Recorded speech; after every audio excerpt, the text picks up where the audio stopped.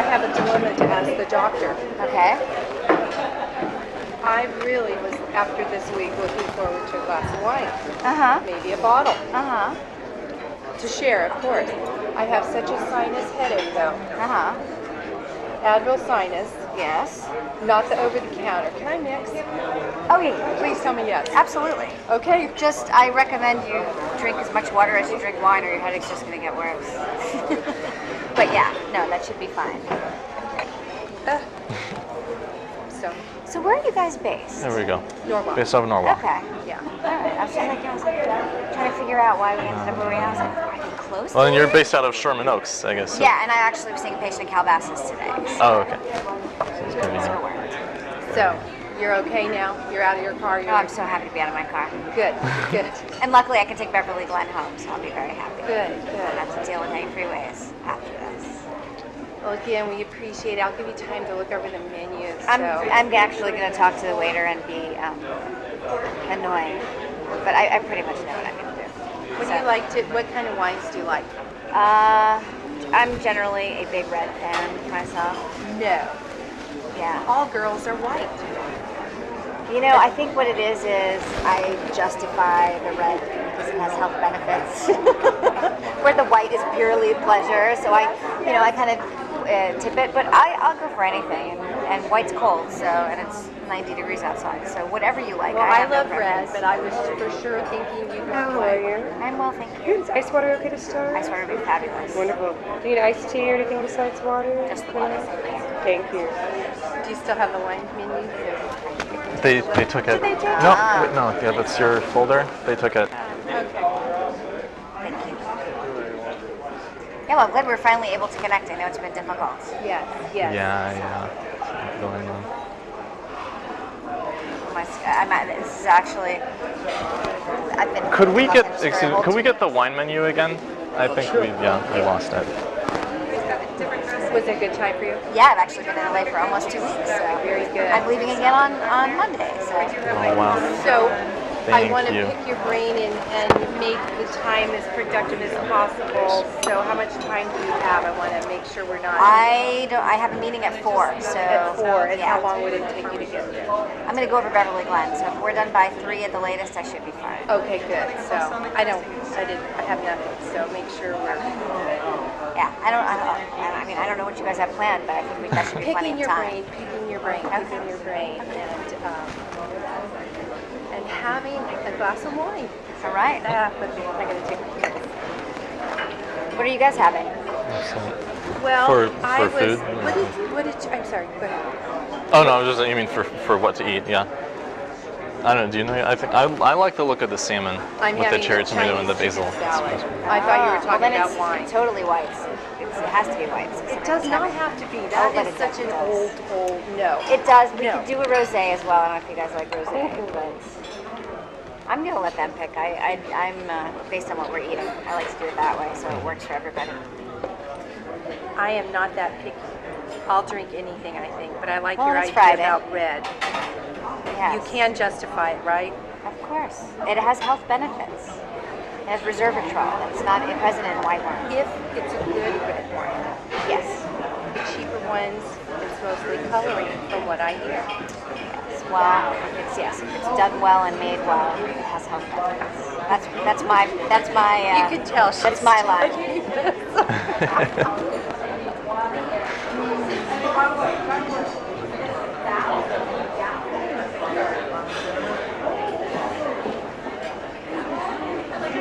So, the main thing not the main thing, but I suppose the first is I'd really like to be able to connect with people that I feel they don't know we're out there. They don't know there's this opportunity. And that can be a little touchy. I think for them more than us, but I want to be delicate to any reservations or. Yeah, I don't think it's a reservations issue so much as a perception issue. Perception, yes. Because I think provider has had patients who want to donate their tissue, and they absolutely want to accommodate them. They just want to do it in a way that is not perceived as this clinic is selling tissue, this clinic is making money off of this, that.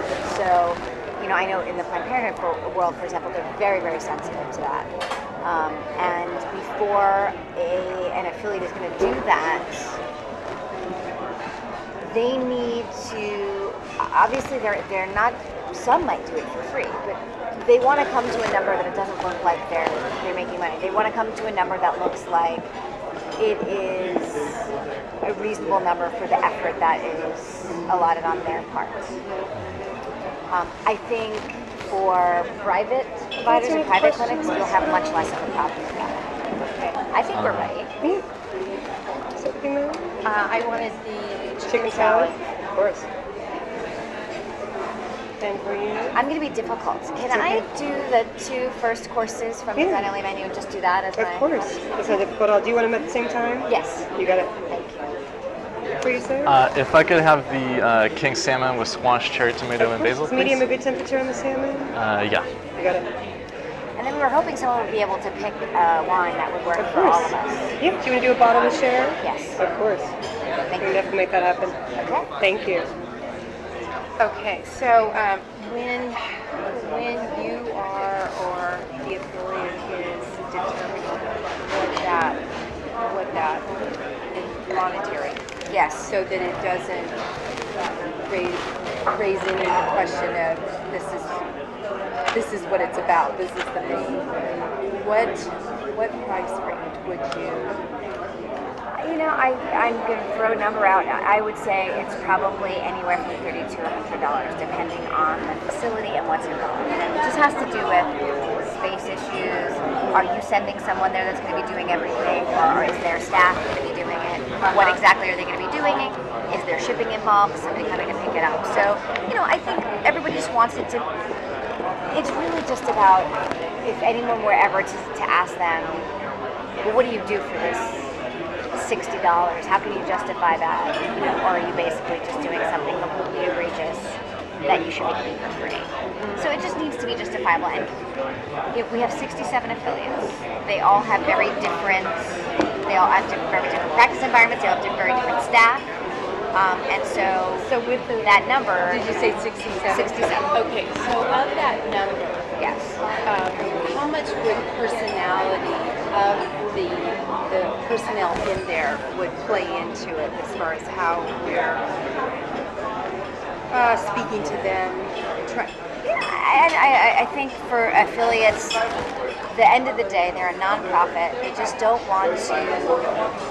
They want to break even, and if they can do a little better than break even and do so in a way that seems reasonable, they're happy to do that. But really, their bottom line is they want to break even.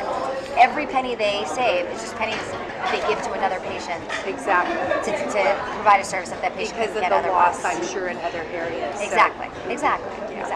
So, I don't know what you're thinking of in terms of range. If you're thinking about just California, if you're thinking about the West Coast, if you're thinking about bigger regions. Right now, we're obviously right here in Norwalk. Would love To establish locally, I think, is the kind of the primary concern. To have to at least to be sourced to be established with a collection site for fetal tissue locally, and then ultimately, I think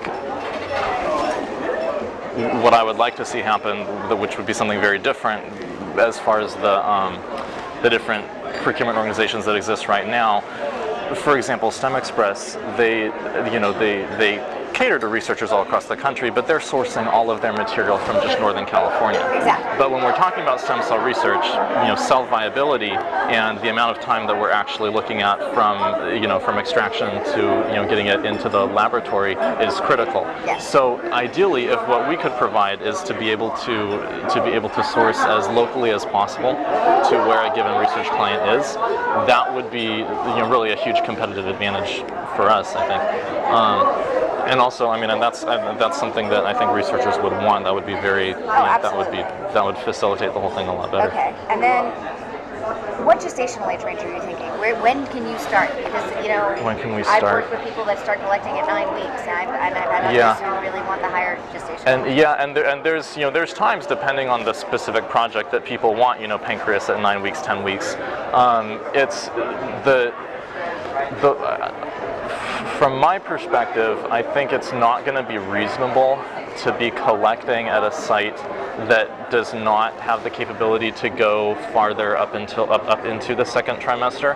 It doesn't mean that the facility needs to go all the way to 24 weeks every time. Right. But to be able to at least say we can definitely do between 12 and 16, 12 and probably 12 and 18, I think would be better, because a lot that's kind of for the protocols that require later gestational tissue.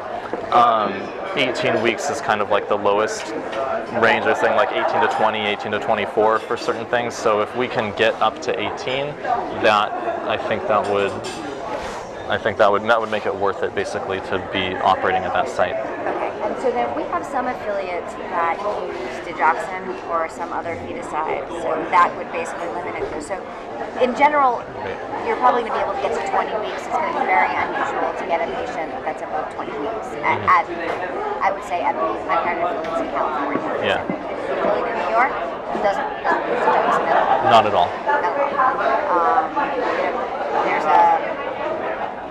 There's like a culture war on feticide. There's people on the West Coast seem to really prefer feticide. People on the East Coast seem to not like feticide.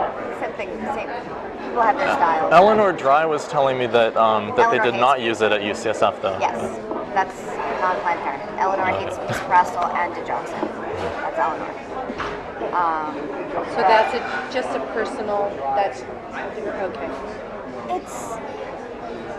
It's a data poor zone. I wouldn't say it's a data free zone. There is some limited data, and it's up to interpretation as to what you think of that data.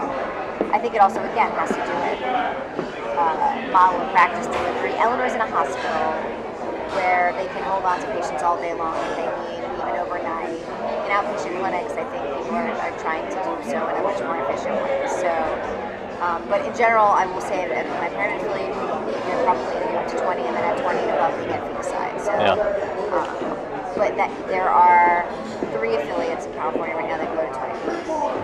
The other thing is, have you been speaking with Family Planning Associates at all in California? I was told that FPMG, right, family, it's the same thing. I was told that they start digging at 13 weeks once they get into the second term. That's not true. Not at all. I know their medical director. I can connect you with their medical director. Okay. That's just not the case. Wow. No, because I was shocked when I heard that. I thought, wow, well, Yeah. there goes that one out the window. Do Okay. you have her name? Yeah, her name is Right. Rachel Stewart. Okay. Rachel Stewart. STEWARD. I'll connect you all via email. Yeah, that would be excellent.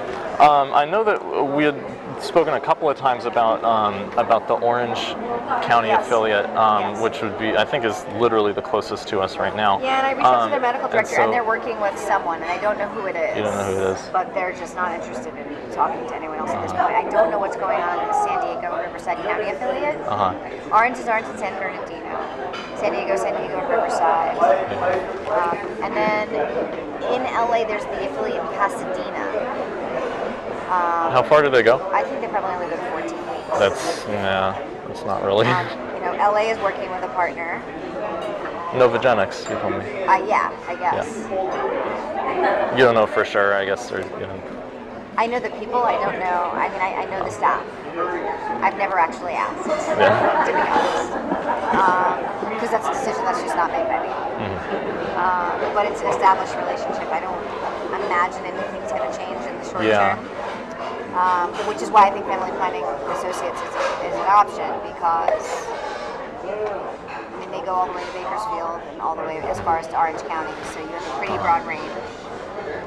They definitely go to 18 weeks, and at some sites a little higher than 18 weeks, but that's kind of the case-by-case We're going to basis. do a bottle of our Parenthood from Dip Hop, because it's not going to be too full, but it's going to be full enough and acidic enough, because everybody's got something a little bit rich with theirs. Like the salmon itself is rich, the avocado dressing, and the gorgonzola. So it's got just a little pepper to it as well, but it's not going to be too overwhelming anyway. I think it can go well with all 3. Thank you.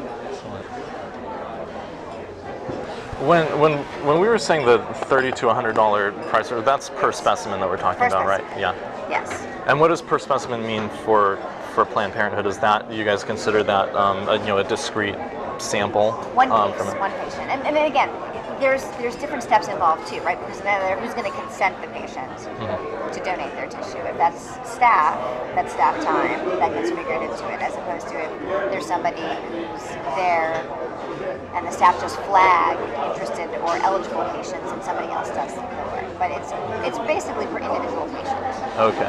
So if you end up shipping 4 different specimens for one Right. patient, it's a per patient. Right, that's what I was going to say, is if we can take, kidney, liver, thymus, and say bone marrow. Yeah, it's that's not still all just one. Okay, yeah, because to us, when we charge, that's 4 specimens for us to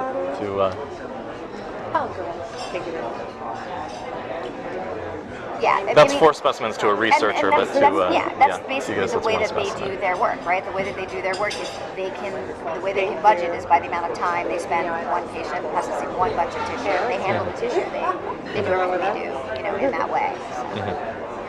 Got it.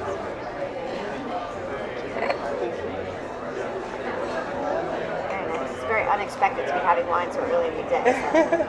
My 4 Friday. o'clock call, thankfully I'm just listening. I'm not presenting anything at 4. Very nice, thank you. Thank you.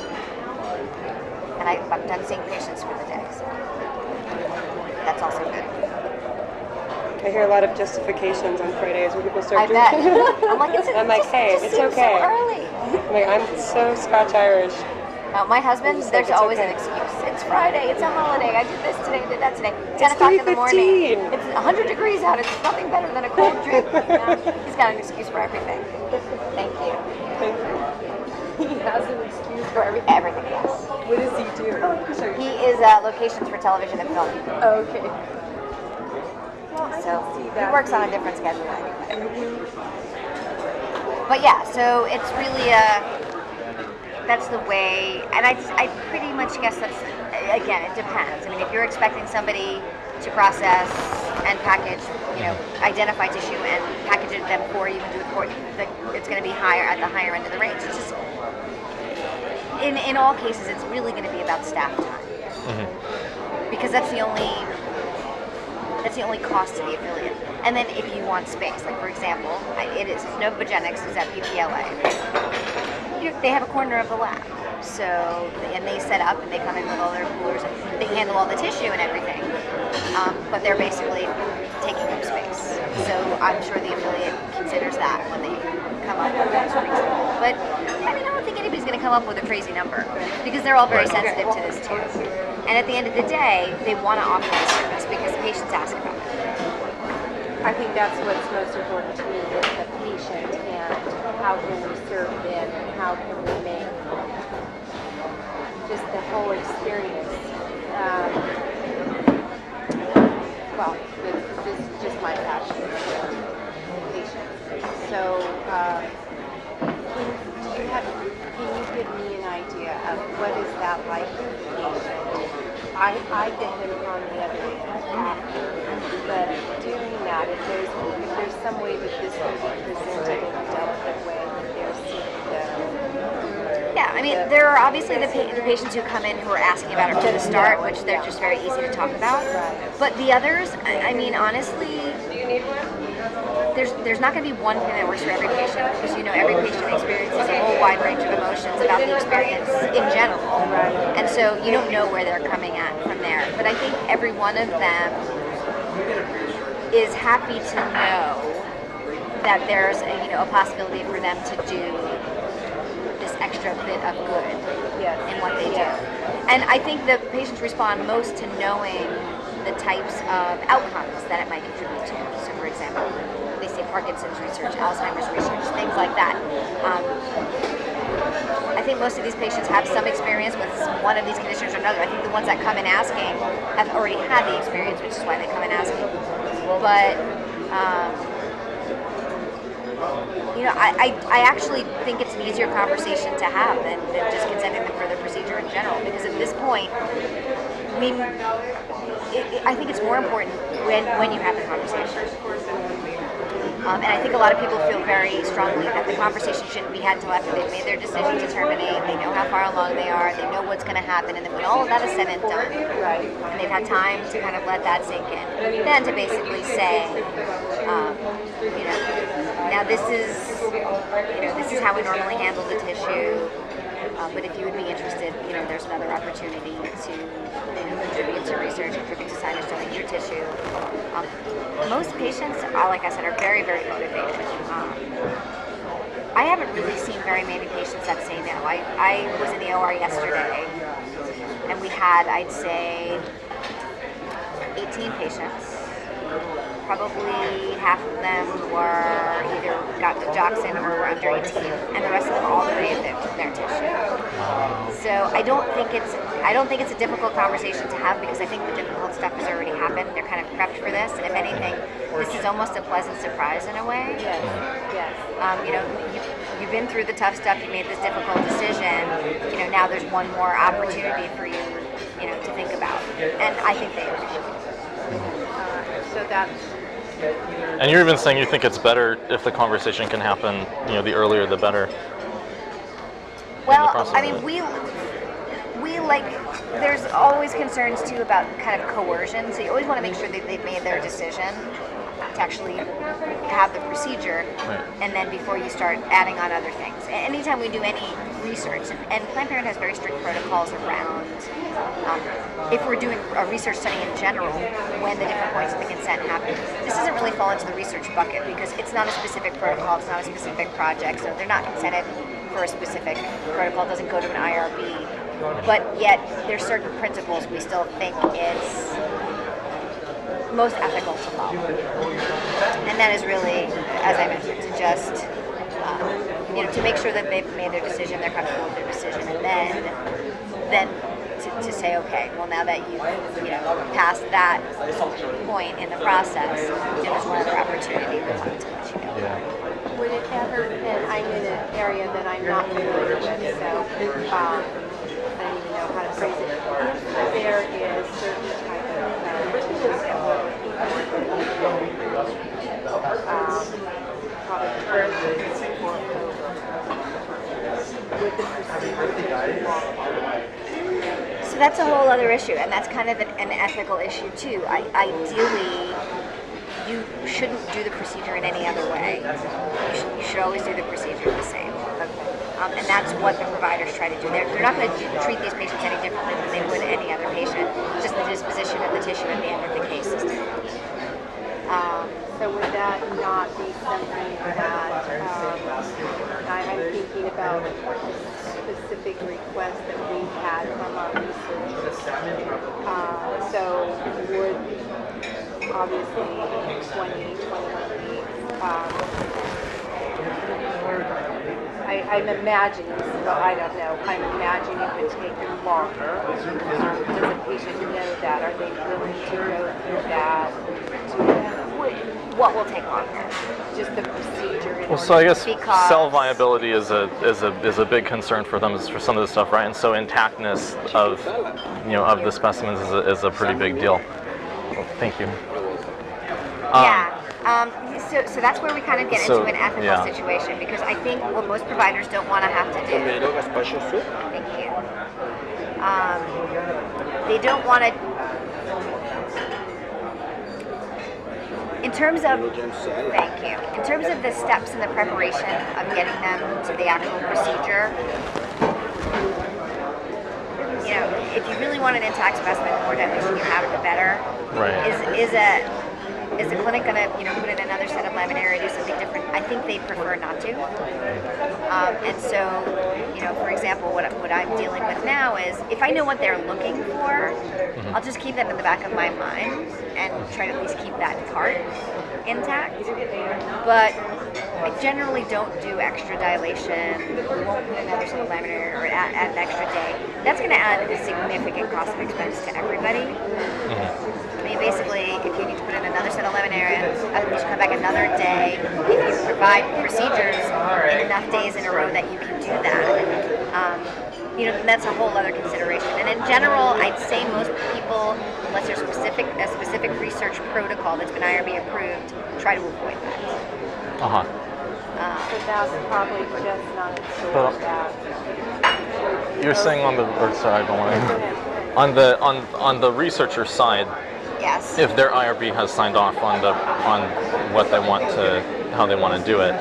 Yeah, I mean, what I mean is, in general, the standard protocol should apply. So in general, the patient is seen the day before, they receive, the goal is to get a minimum number of laminaria, and that's it. And once they reach, if they get what they think is a reasonable number of laminaria, the patient goes home, they come back the next day for their procedure. They get misoprostol for the same amount of time as everybody else. Some patients are just not going to have it. Some patients are going to respond very well to the same preparation. Some aren't. I don't think that there are a lot of providers who have the opportunity to say, well, they're not really that dilated, so let's put another set and do the case later. Their schedules just don't work that way. And kind of ethically, I don't think they want to do that. I think they basically want to treat the patient as they would any other. And again, it's just the disposition of the tissue. So, every patient that consents and wants to participate doesn't always yield to the tissue that you're looking for. If it were to go beyond that, if you were to propose that patients are treated in a different way, specifically to maintain, then it opens a whole new avenue. And I think that there's a different consent that's involved. A different consent. So if the patient was someone who was very happy to knowing where it was going and why, would the treatment, would you have more treatment? You probably would, but they would have to be consented differently, right? Because ideally, the procedure that they were consented for, they're not going to have the same procedure everybody else has, right? The way it's described in their consent form is different. Right now, when they're consenting to tissue donation, they're just consenting to what happens to the tissue after the procedure is done. They would have to have an extra level of consent that would basically say, I understand that this means that my procedure may take an extra day, or I might be here extra hours, and then I consent to that. Yeah. So, I think it adds a complexity both on the level of the patient in the consent process, but also on the staff and the flow of the affiliate to actually accomplish what they're setting out to accomplish. So it sounds like it's more something that you had in the back of your mind and it just presented itself. Yes. Okay. So if I know if somebody's in clinic and there's something that's specific that they're trying to collect, I'll keep that in the back of my mind. But I'm not going to say, no, I'm not going to do this case now. There's not enough dilation to do that.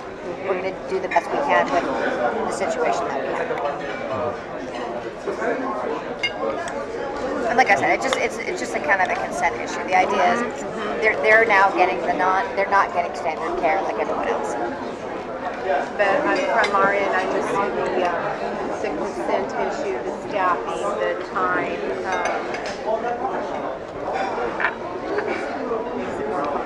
Yes.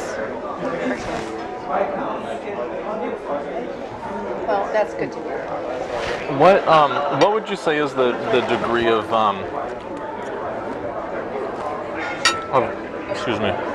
a difference, I guess, you can make if you have it in the back of your mind that we need liver and we'd prefer, an actual liver, not a bunch of shredded up, or especially brain is where it's actually really a big issue. Hemispheres need to be intact. It's a big deal with neural tissue and the progenitors because those are particularly fragile. If you've got that in the back of your mind, if you're aware of that, technically, how much of a difference can that actually make if you know what's expected or what we need versus. It makes a huge difference. I'd say a lot of people want liver, and for that reason, most providers will do this case under ultrasound guidance, so they'll know where they're putting their forceps. Kind of rate-limiting step of the procedure is calvarium. Calvarium, the head is basically the biggest part. Most of the other stuff can come out intact. Right. It's very rare to have a patient that doesn't have enough dilation to evacuate all the other to bring the body cavity out intact and all that. So then you're just kind of cognizant of where you put your graspers. We try to intentionally go above and below the thorax so that, we've been very good at getting hard, long liver because we know that, so I'm not going to crush that part. I'm going to basically crush below, I'm going to crush above, and I'm going to see if I can get it intact. And with the calvarium, in general, some people will actually try to change the presentation so that it's not vertex, because when it's a vertex presentation, you never have enough dilation at the beginning of the case unless you have real huge amount of dilation to deliver an intact calvarium. So if you do it starting from the breech presentation, there's dilation that happens as the case goes on, and often the last you can evacuate an intact calvarium at the end. So I mean, there are certainly steps that can be taken. So they can convert to breech, for example, at the start of the... Exactly. Excellent. Under ultrasound guidance, they can just change the presentation. Okay. So, the preparation and everything will be exactly the same as everybody else. It's just the order of the removal of the products that is different. And most people see that as not different. No, because we're not talking about, like, it needs to be a hysterotomy and, like, something like crazy like that in order to, I was thinking there was probably an easier solution to this problem. Yeah. And we've been pretty successful with that. Yeah. I'd say. So yesterday was a clinic day. So what, for example, like, what did you procure? I asked her at the beginning of the day what she wanted. Yesterday she's been at, a lot of people want intact hearts these days because they're looking for specific nodes. AV nodes, SA. I was like, wow, I didn't even know. Good for them. Yesterday was the first time she said people wanted lungs. And then, like I said, always as many intact livers as possible. People just want livers. Some people want lower extremities too, which that's simple. I mean, that's easy. I don't know what they're doing with it. I guess they want muscle. But, a dime a dozen. But I think it's good to have so this is kind of another consideration to make, is when you do partner with a clinic, you're probably partnering with the manager or the owner or the director. You're not so much having a relationship with the providers, but I think it helps to have a relationship with the provider, because if you do, you can have this conversation with them. Exactly. You can say, this is what this is what we're looking for today, and they're more apt to. I get in the back of their mind. Absolutely. Of course, I want to help. I'd rather this actually be used for something. So I think just as much as the patients, the providers absolutely want to help. Exactly. And if it's something as simple as just converting to converting the presentation, that doesn't require a separate consent. It's not a. Does that make the procedure take much longer? Like, is that another step for the provider? Or? It's just what you grab first. No, it doesn't make anything any different. The other consideration I think you guys need to make is who does training. Right. Because when they do training, then you're basically guaranteed to not get anything. You mean when it's a provider who's doing training? When there's a trainee who's basically doing the procedure, and it comes out of the valve, you're not going to get anything intact. So, what we did for a while, and I think it worked pretty well, is if there was a trainee, I would just basically say, any research case, I'm going to do.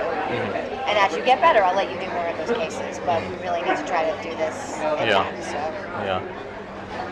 So for example, then you did all of the procurement cases yesterday. I didn't have a trainee yesterday. Oh, you didn't have training yesterday. July, they're just starting. So, so they probably won't come until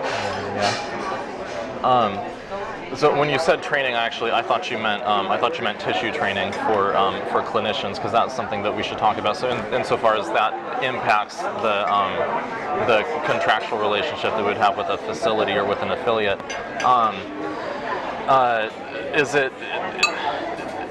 does it tend to be more one way than the other? Are there many affiliates that have staff that have tissue training? They know how to handle it. They know what to do with it. They prefer to have their own people do it, or because we've been imagining that we would be sending techs of our own, and similar to the Novogenic situation that you have right now. I would say, barring some bizarre space issue, because some places just really have very, very limited space, most people will be happy to do as little for you as possible.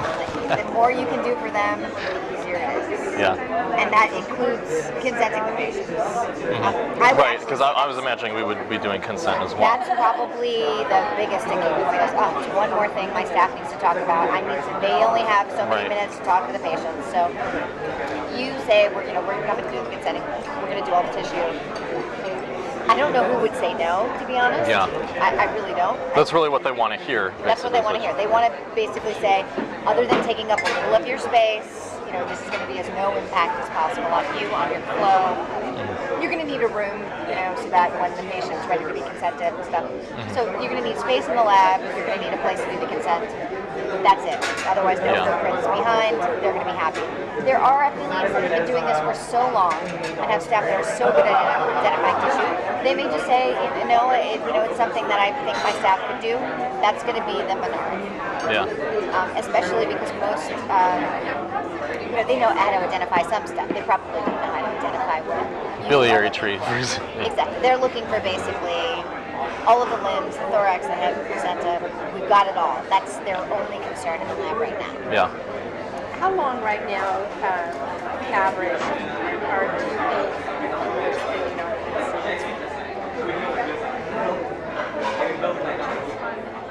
I would say they probably have 10 minutes Per patient. per patient. And that also includes contraceptive counseling and a whole bunch of things. So, That's all pre-procedure. That's all pre-op. and they have room that's something that's already there, a space for that? the layout of the actual clinic usually has counseling rooms and procedure rooms. So yeah, those are counseling rooms which are like, a desk and a chair. And then the procedure rooms. Yeah. So, certainly I'm not an expert on your clinic flow, and I don't presume to know where we would fit in best in the process. But what I know that we've done for other practices, like for example the cosmetic surgery centers we work with, and those if we have just like a clinic float, so our tech kind of acts as a float, and is just kind of with their clipboard and can mark down the interested patients ahead of time to just try to facilitate that. I don't know if that's something, if that would help or hinder your process. I think that's how it works with a lot of the research studies they do as well. Okay. Is they just kind of identify who's interested at the beginning of the day, or who's a candidate, and ask them if they're interested. Yeah. And so that way do with streamline the cosmetic process. centers. So that's where we get a lot of the adipose tissue, because that is a very rich source of multipotent and pluripotent stem cells. Because the private surgical center that I work with in Calabasas, where I was this morning, has tons of plastics. There were 6 canisters of fat when I got there. Wow. So perhaps you're looking for more cosmetic releases. Yeah, it's not the sexiest thing to work with, but it's No, but it works. and they pay for it, so Yeah. No, it's a exactly. good way to start out. As you can imagine, the jokes are kind of unending with dealing with that. I bet. Yeah. Let's see here. So you spoke with the medical director of the Orange affiliate, and they have an organization already, not interested in changing. Do you know anything more about what particularly they're really satisfied with in that relationship, like that we can emulate, or I didn't probe. I do just better asked if than, they were or- interested. They said they were working with someone. I don't know who it is. Yeah. I know that years ago there was somebody based in Irvine that they had been working with, and then they stopped for a while, so I don't know if they started again. And was that situation or this one right now? Is that a procurement organization they're working with, or it might be just a direct laboratory? That I do not know. Sorry, go ahead. And I'm just trying to think of our affiliates up and down the West Coast. Right. So like I said, San Diego Riverside, I didn't ask. I know that from what I understand, ABR is in pretty tight with San Diego. Okay. ABR. Well, I'm actually going to be having drinks with their medical director next week, so I can ask. Oh, at San Diego. Okay. Yeah. That would be good. I mean, we were talking about it, and if we have, if we're looking farther afield than just locally right here, it probably makes most sense to kind of be looking at that swath of, southwestern United States moving east. I mean, ideally we could just be going north, but Northern California is kind of dominated by Stem Express right now. Yeah. Whether or not that'll continue to be the case is kind of an open question, from what I understand of them. But it looks like it's better to go east at this one. That's more open territory right now. So I mean, where are you? So we're looking at then I guess we're looking at Arizona, New Mexico, and there's a. There's a law in Arizona, so they only the law is 20. It was 18, and I think it has to stay, but it might go back. But so Arizona's definitely. But they do go to 20 in Arizona. They do. Because and that's as good as we would be getting in Orange anyway, right? Because they start ditching I'm it sure they would in be the 20s. interested. So in Arizona, can And we? do you know who is there? That we can Their medical director, yeah, or their patient services person, yeah. Okay.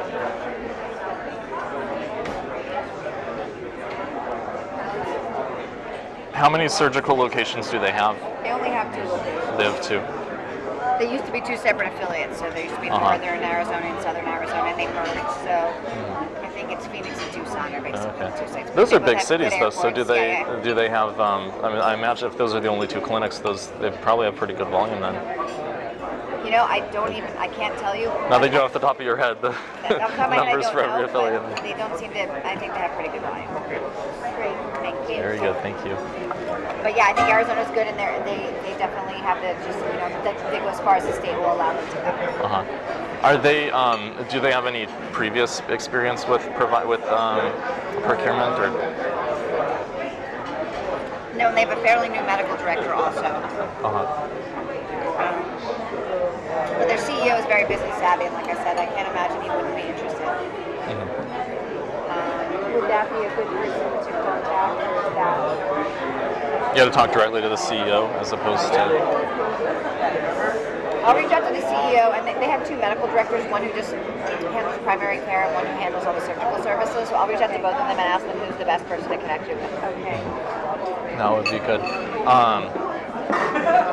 I did see online that the Gulf Coast affiliate as well already does donation services, or already They do does a tissue ton of donation. research, so I wouldn't be surprised if what they're doing. So then, and I don't know if that's in conjunction with a tissue procurement organization, or if they work directly with researchers, or if there's like if they've already got it covered and there would be no need for us. But I don't know. I can ask. They of all of the affiliates, they have the largest research program. They have a multi-million-dollar budget.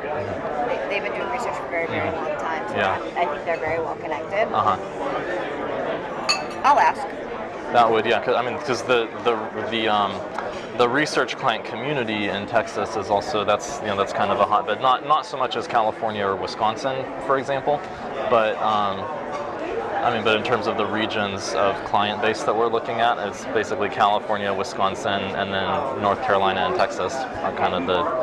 Well, North Carolina. So. They don't have your gestational age. Is there anywhere apart from New York? Is there anywhere else on the East Coast that's within that area? Because if we could open up that Research Triangle area of North Carolina, which is like the Raleigh, Durham, Chapel Hill area, that's a huge market. We have an affiliate in Orlando that goes to 20 weeks right now. I'm pretty sure we have several affiliates in New York that aren't just New York City that go to at least 18. And I think I have to see the Southern New England affiliate, which is Connecticut, Rhode Island. Yeah. And then there's League of Massachusetts, which is huge. It's huge, but they also have a very well-developed research program. Their medical director for research is in the Brigham, so I'm sure whatever they're doing locally. Yeah. But it's worth reaching out. Washington D.C. Are they? I met Dr. I think they only go to 14 weeks. Jamila Parent is their medical director. I didn't meet her. I met the man who's also the medical director for NAF, Matt Reeves. We spoke. He mentioned that he was working with them. I'm pretty sure they only go to first tries right now. I'm not positive. Okay. No, I know that he and I talked about second trimester, and he indicated that he had a pretty good volume. It was an interesting conversation because he was friends with someone in I think it was Pennsylvania, who was actually a researcher, and so he was like, oh yeah, in the 90s we used to collaborate all the time, and this was a regular thing. It's great, blah blah. I'm trying to think because I went to that meeting that had pretty much all of the later second trimester providers. And Edgemont, Washington was not there. Yeah.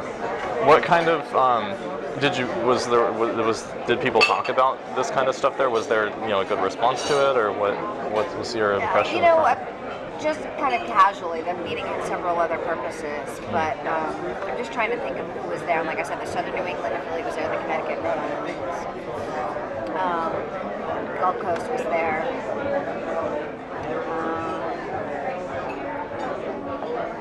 Minnesota, North Dakota, and South Dakota, they go to the 20 weeks. Middle of the country. They're within courier distance of Wisconsin, though.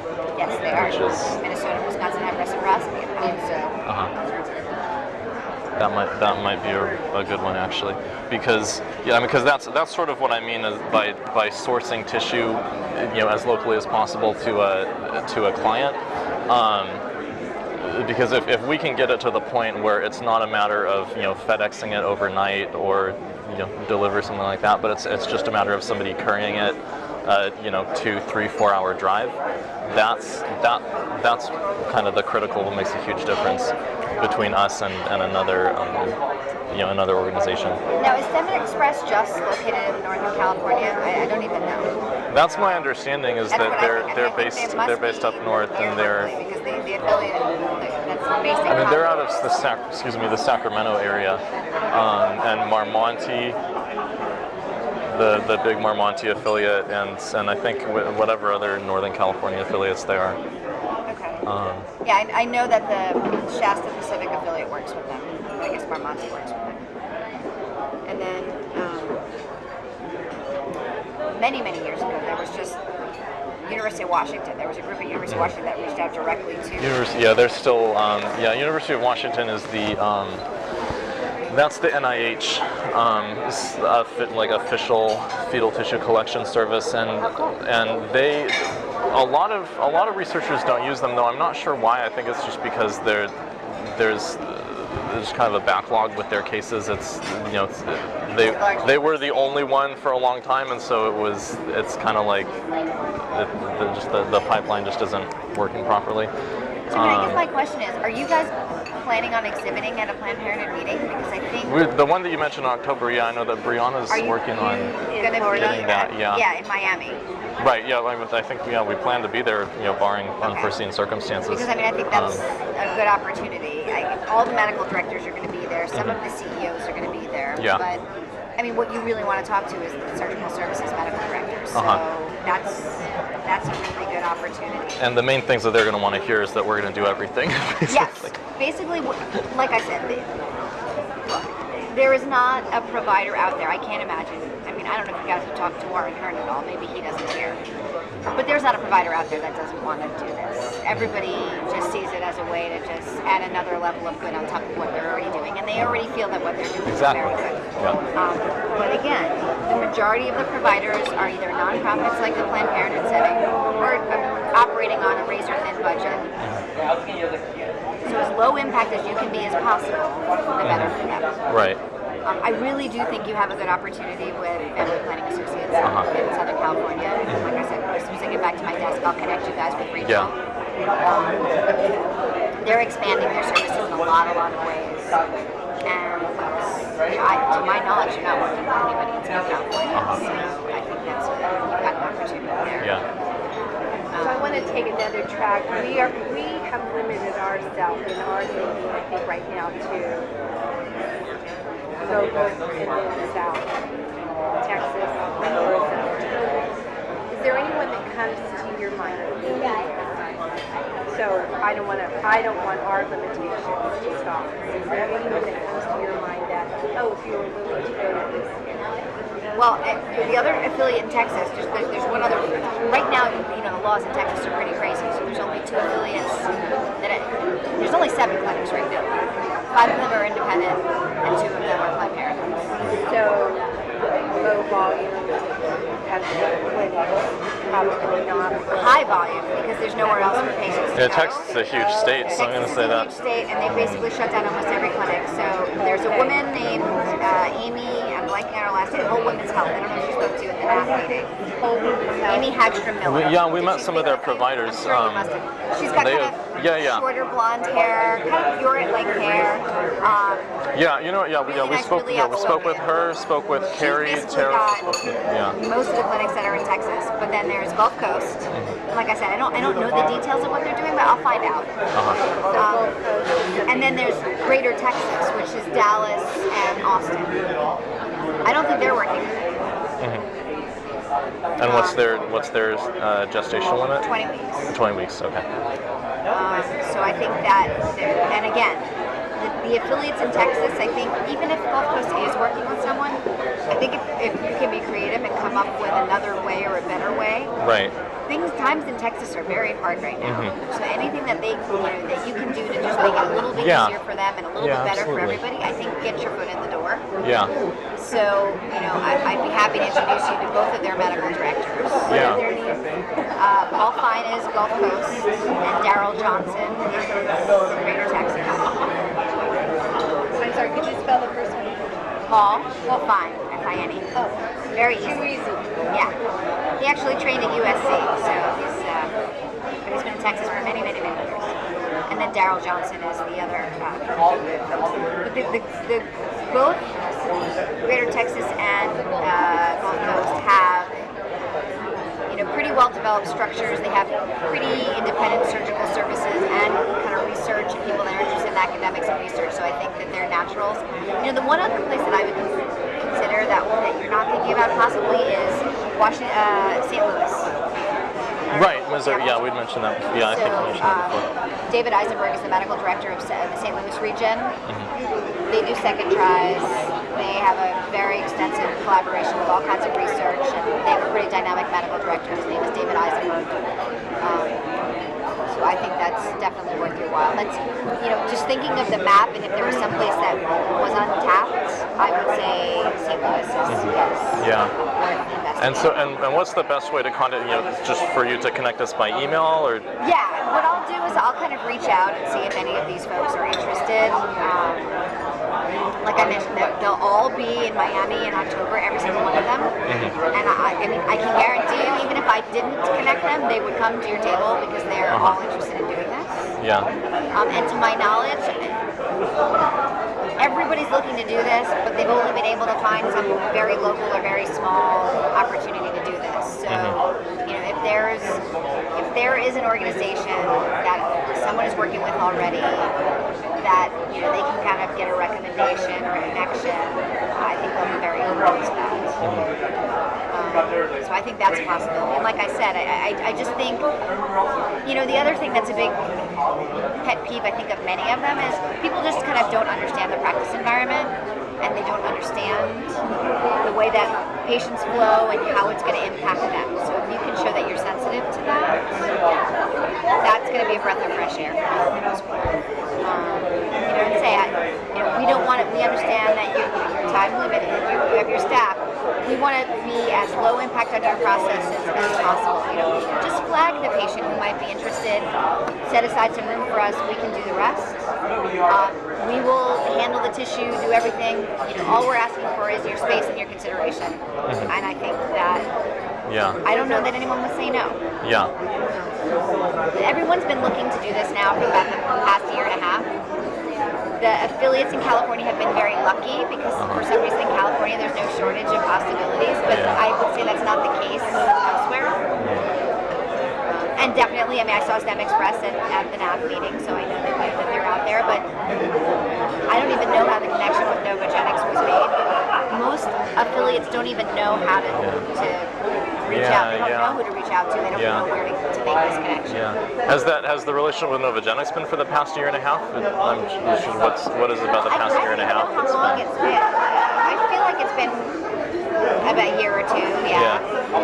What is it about the past year and a half that all of a sudden everybody's talking about? Is it because of STEM Express and the NorCal affiliates are making it? I think patients are asking more. There's more So people are aware, Patients will call up and make an appointment and say, and I'd like to donate my tissue. Afterwards. And then the affiliates really feel like, oh wow, I need to figure out a way to get this done. Because patients are talking about, in general, in healthcare, A provider's not going to start to offer a service until there's a demand. And there is a demand. I mean, women know that this is something that they can do. So that would be something just for us to think about. Women speaking out. Yeah, that's going to be the best money that you spend. Yes. Is just word of mouth. It's much better than any ad or anything you could ever do. If you can get women talking and saying, "I want to do this," the providers will then say, "Wow, I need to do this. This is something that patients think about when they're scheduling an appointment or deciding who to see."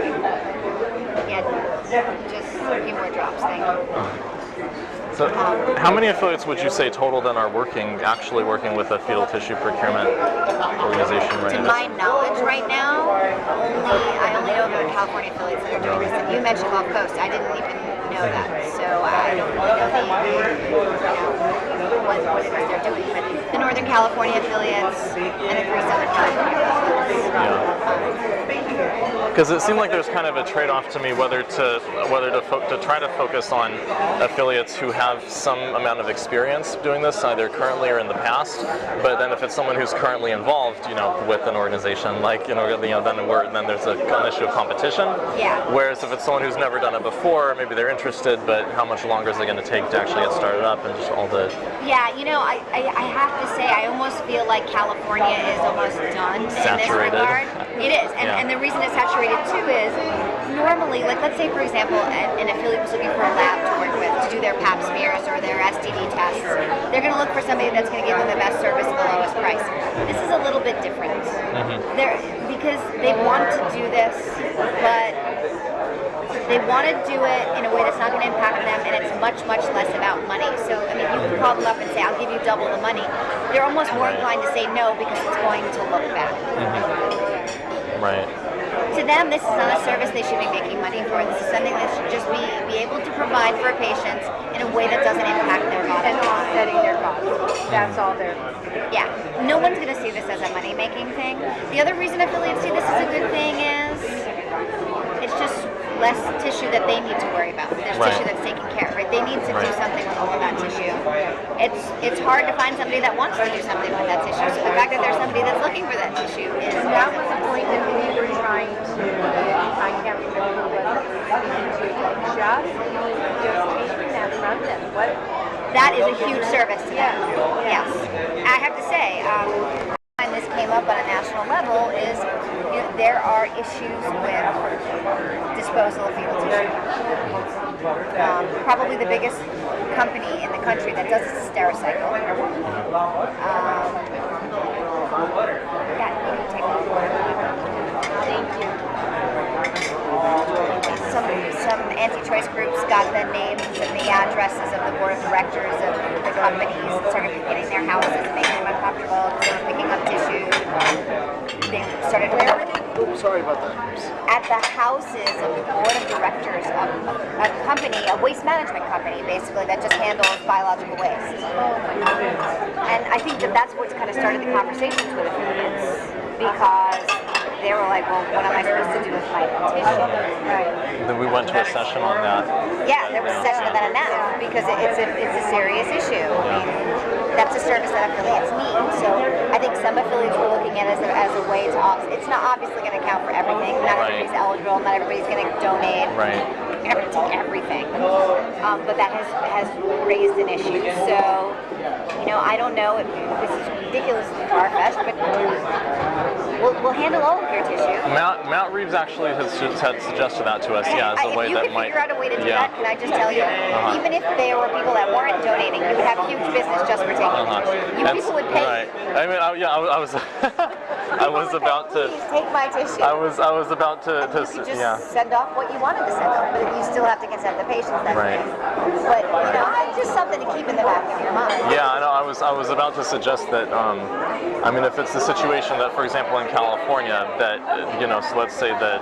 I don't know, that Novogenics is paying you guys $50 per specimen, and we said, well, we'll do 60. And you're like, well, I don't know, it looks a little sketch. That makes it look and then, exactly. and so then we said, well, all right, but Novogenics is only taking they took 5 samples yesterday. Yeah, we'll take it so all. what if we, if we could take it all, then that's actually That's the gonna better win way your business. to negotiate That about is it. going to win your business. That's going to win business. We'll take all of your tissue at the end of the day. Absolutely. So we're bartering more about services than about money. And again, affiliates are not looking to make money by doing this. They're looking to serve their patients and to just make it not impact their bottom line. And if anything, you can make it even better for their bottom line, giving them services in kind instead of money. I think a lot of them would take you up on that. Yeah. So, yeah, that would definitely get people say, I'll give it to you for the same price, and I'll do that. What we only briefly got into it with Matt. What kind of total volume, like if we're talking like, I don't know, containers or liters of material, if we, so maybe let's use yesterday as an example of, there were 18 cases? 18 cases. 18 cases. So for those 18 cases, let's say that it was all just going to be boxed up or binned up, what kind of a volume of material are we talking about there quantitatively? To be on the safe side, let's say 18 liters. 18 liters. So it's like not quite. Coffee or tea at the moment? Thank you. How's your headache, by the way? The wine helps better. Do you drink caffeine at all? Yes. I don't have any caffeine, but caffeine is fabulous for headaches, So caffeine is fabulous for headaches. One really strong cup in the morning. That's it. So, okay. Yeah, so if you're having it, try a little caffeine. Even if it's sinus. Yeah, it basically what caffeine does is it constricts blood vessels. When you have pressure and all that, it's because things are engorged, they're swollen. You can constrict the blood vessels, there's less pressure everywhere. Caffeine is a drug. People don't realize caffeine is a drug. I can't have caffeine, it does horrible things to my system. But it does wonders for all kinds of congestions and pressure because it basically causes vasoconstriction. Keep that in the back of your head. It helps with pain too. For sure. I can remember, I have 3 herniated discs, so pain management and being aware. But it's not about me, my pain. Yeah. No. What she needs is stem cells. There you go. Well, we'll get there. We will. No, we will. We really will. We ever. We will. So I'm thinking. So 18 liters of material. That's really not a lot. No. So normally, how are you guys disposing of it right now when it's not being donated? It goes to Stericycle, or it goes to? It goes to Stericycle. Yes. And Stericycle, they handle. This is considered pathologic waste. There's pathologic waste and there's biologic waste. And so this, it has to be labeled in a special way and flagged in a special way because apparently, I didn't know this until this whole issue came up. But apparently, a lot of waste is just steam sterilized and then dumped. But if it's biologic waste, it has to be incinerated. It has to be tagged for incineration. So that adds costs because they only have so many sites that do incineration. They need to make sure it goes to incineration, so on and so forth. That must be Just wondering. for everybody. For everybody. And then when you have less players who are willing to do it, there's only one price. Is there a reason that an affiliate just doesn't have its own incinerator? Like, is that? I mean. I think it's probably expensive. I think if push came to shove and they had to, they probably will. Affiliates are starting to band together, do certain things, operate labs, for example. I wouldn't be surprised if in the next 5 to 10 years there's somebody who does it, and maybe they take on all the business of, but it's business. It's just still business. They're a non-profit. It's not like they have tons of money sitting around to start. You need to spend money to do something like that, and they just don't have the money to spend. And I think they'd rather just spend it taking care of patients. Yeah. Which is the right way to spend it. Yeah. I mean, obviously, we're not medical doctors, so this is a little out of our field with that, but it would just seem, I'm surprised that incineration is so expensive, that it's not it would seem like, just burning up how could that? Yeah, it's not just that it's so expensive, I get it, especially in California. I don't know, I guess there's emissions issues, there's shipping, there was a woman at the Arkansas who talked about it. Yeah. She looked into it and just nothing for me, thank you. Thank you. that is. There's got to be all The red kinds of tape. regulations that you Yeah. can believe Yeah. because you're probably regulated environmentally, you're regulated by OSHA, you're regulated by the state Department of Health. It's Not an easy. yeah. I mean, I said, can you partner with the hospital across what's the nearest hospital? They need to do something with their waste. They have surgical specimens and things. What do they do with everything? I mean,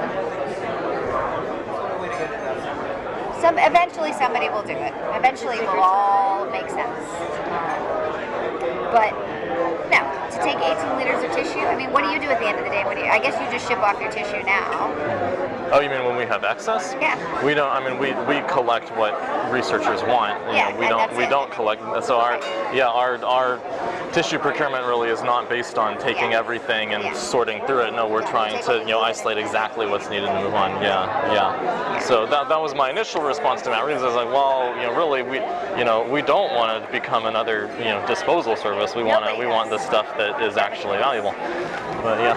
No, everything just adds another level of complication to it. Yeah. Interesting. But yeah, that would be a huge sell. Huge sell. Yeah. More so than being able to, to say we'll do 60 or we'll do 75 per specimen. Oh yeah, for sure. I'm telling you, family planning associates, they may go for the money. Private providers, there are definitely private clinics, and that's why exhibiting at NAF is great. I don't know how it depends on the market. In most markets, their volume is not going to compare to Planned Parenthood's volume. We have 40% of the market in the whole country. 40%. 40%. Wow. Not that we're trying to, we just do. I mean, we're looking now, moving forward, as access is getting harder and laws are changing, to figure out how we can partner to just make sure everybody has access and Right. it's less. But the way it turns out, if you look at it today, we have 40%, so we're the largest provider, and we're the target. A little more wine. Can we split it between the two of you? Well, you just pour out what's in the bottle, and if we drink it, we drink it, and if we don't, we don't. Yeah. I can throw it away. It'll evaporate. I'm very practical. It's good. It's a good way to live. But because of that, we're the target. And because we're the target, we're not looking to make money from doing Right. this. Our goal is to keep access available. And if we do something that makes us a target and that just removes access for To be everybody. sustainable, essentially, yeah, and that's kind of intuitively, I think, how we've been feeling about the providers that we want to partner with is, as far as the independence, and not to, I don't want to, I think everyone in this is doing, is doing good work in a really hard situation, and so Yes. not to cast aspersions on that, but Yes. a lot of the independents have not seemed to have their act together as much as a lot. So, and that's And so both in we're terms not of under the scrutiny that we're. right. Well, and just in terms of not only in terms of being able to have a workable relationship, but then also having a sustainable relationship down the road. If we partner with a clinic that goes out of business in a year or 2 years or whatever, that's no good for Well, us. and that's really the fundamentals too of talking about the cost per specimen. At the end of the day, we just want to keep the doors open, and we Right. don't want to let that jeopardize keeping Right. the doors open. We really Right. just want that to be reasonable for the impact Right. it has Right. on the clinic. Right. This is not something. Right. This is not a new revenue stream that affiliates Right. are looking at. This is a way to offer patients a service that they want, do good for the medical community, Right. and still maintain access at the end of the day. Right. That's Right. really what our. And we want to, we want to make sure that we can maintain our access to the stuff, and that's I'm why, sure. Access and that's is where this, critical to you right, as well. and that's where the specimen fees come in with us. Is we want to make sure that we can establish a relationship and keep it, and whatever is the best way to. We're not getting into policies. Making sure we have a secure access to the high volume. Absolutely. So, PPLA, for example, probably about 3,000 second tries, 12,000 total.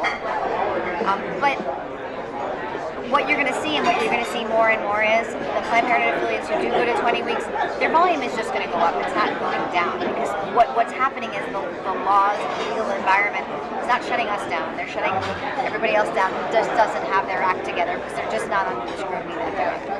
And there are some groups and some very strong independent providers, but there's only so much independent providers Right. can do to withstand the pressure that they're getting. Which is, like I said, why we're trying to partner together to say, look, we're not going to be able to go to this community, so how can we help you to keep what can we do for you to keep your doors open? We want everybody to keep their doors open, but we just have a little more, I wouldn't even call it resource, we just have the manpower. We have an extra office. We have people that are doing work on the advocacy front. We try to do everything we can for our affiliates still need to do the work on the ground at the end of the day, but we try to take as much burden off of them as we can. Right. The same would extend to you. All the burden that you have to take off is just one more thing. Right. I would love to find a way to frame this too, and maybe you guys can think about this. It's all about framing. To frame it for affiliate, you mean publicly? To frame Yes, it publicly, to frame this publicly. That's the $1 million question. To get So you the were about most. to say something. So Yeah, I'm trying to, because right now we're in a position where, yes, our patients ask about this and they feel that this is important and they feel that they're doing a good thing. But there are a lot of people who think that what we're all doing is bad and they don't want it to happen at all. And, is there a way to continue to frame this? Are there things that we can spotlight the benefits? Because if we can reframe the conversation, it's just a win-win for everybody. More patients will want to do it. More affiliates will want to partner with you. And maybe some of the people who are trying to shut it down on every level will not. I don't know how to do that. If I knew how to do that, I would have done it already. Yeah. But you're making me on other things that I do working with people. Yes. Sometimes just, it doesn't have to be a public conversation. It can just spread word of mouth, as you said. But even a public conversation. I mean, a few years ago there was someone in the administration, and I'm blanking on who it was, it'll probably come to me, who was just pushing. When Christopher Reeves was working with, there are lots of people who are trying to elevate this. And I think we just need to find the right champion. And now that you said that's very similar to a conversation that scientists in the stem cell research in the regenerative medicine area have been having for many years now, ever since it became a political issue, 10 years ago, however long. I was just at ISSCR, International Society for Stem Cell Research. It's like the major meeting. This is my swag from the For the meeting. but it's every time they have a session on how do we communicate with the public about what we know technically and what we're doing, and and it's not I don't think they're as sophisticated as talking about framing and reframing and discourse. It's not it's much more techy and kind of nerdy and technical than that. But it's the same. It's the same kind of problem. And I was at an OC business mixer several months ago, and I was talking with someone who does social media about biotech and about tissue procurement. And he says, well, if you guys want to increase your client base, he says, you need to be taking pictures of what you do and putting it on Instagram. Oh, no, you don't. And I said, wait a sec. I said, let me tell you. I know. And get this though. So I say that to him, and he says no. He says because he says there are going to be people who are going to see it. They're going to be grossed out, offended, whatever. He's like, but there's going to be a 15-year-old emo kid who's going to think that liver is the coolest thing ever, and he's going to like it. He's not even a scientist. He thinks it's gross. He likes it because he's a 15-year-old emo kid. He's like, and then his dad sees it, and his dad is a doctor, or his dad is a researcher, and so he knows to go to you or to donate to you. And I said, well, but what if his dad is a pastor? Yeah. And, It happens a lot. This guy was but he doubled down. He said no. He said people are going to throw stones and are going to naysay no matter what, and so you just have to be proud of what you do. Absolutely. And know that that's them, not you, and stand up and I do think it. that's So it was a bold vision. I don't know if it is a bold vision, and the conversation needs to continue. But you're right. I mean, we all need to figure out how do we talk about what we do. I'm proud of what I do. I know you guys are proud of what you do. But are there times where I'm sitting next to someone in an airplane where I'm like, I don't know if I'm going to tell this person what I do because I don't know anything about this person, and I have to sit next to this person for the next 4 hours, and it could be the worst 4 hours of my life. right. So you don't know. You do have to be a little daring.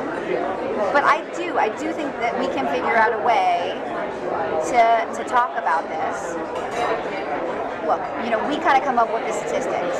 4 in 10 women has had an abortion in their lifetime. By the time they're 45, 1 woman in 4 has had an abortion. Everybody knows somebody who's done this. And you want to know something else?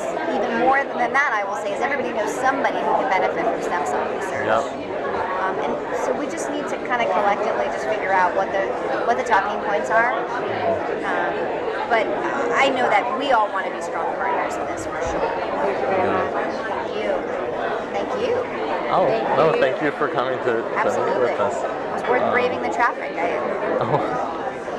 Like I said, I want to see all of this succeed. So, anything that I can do to make this work for everybody is a good thing.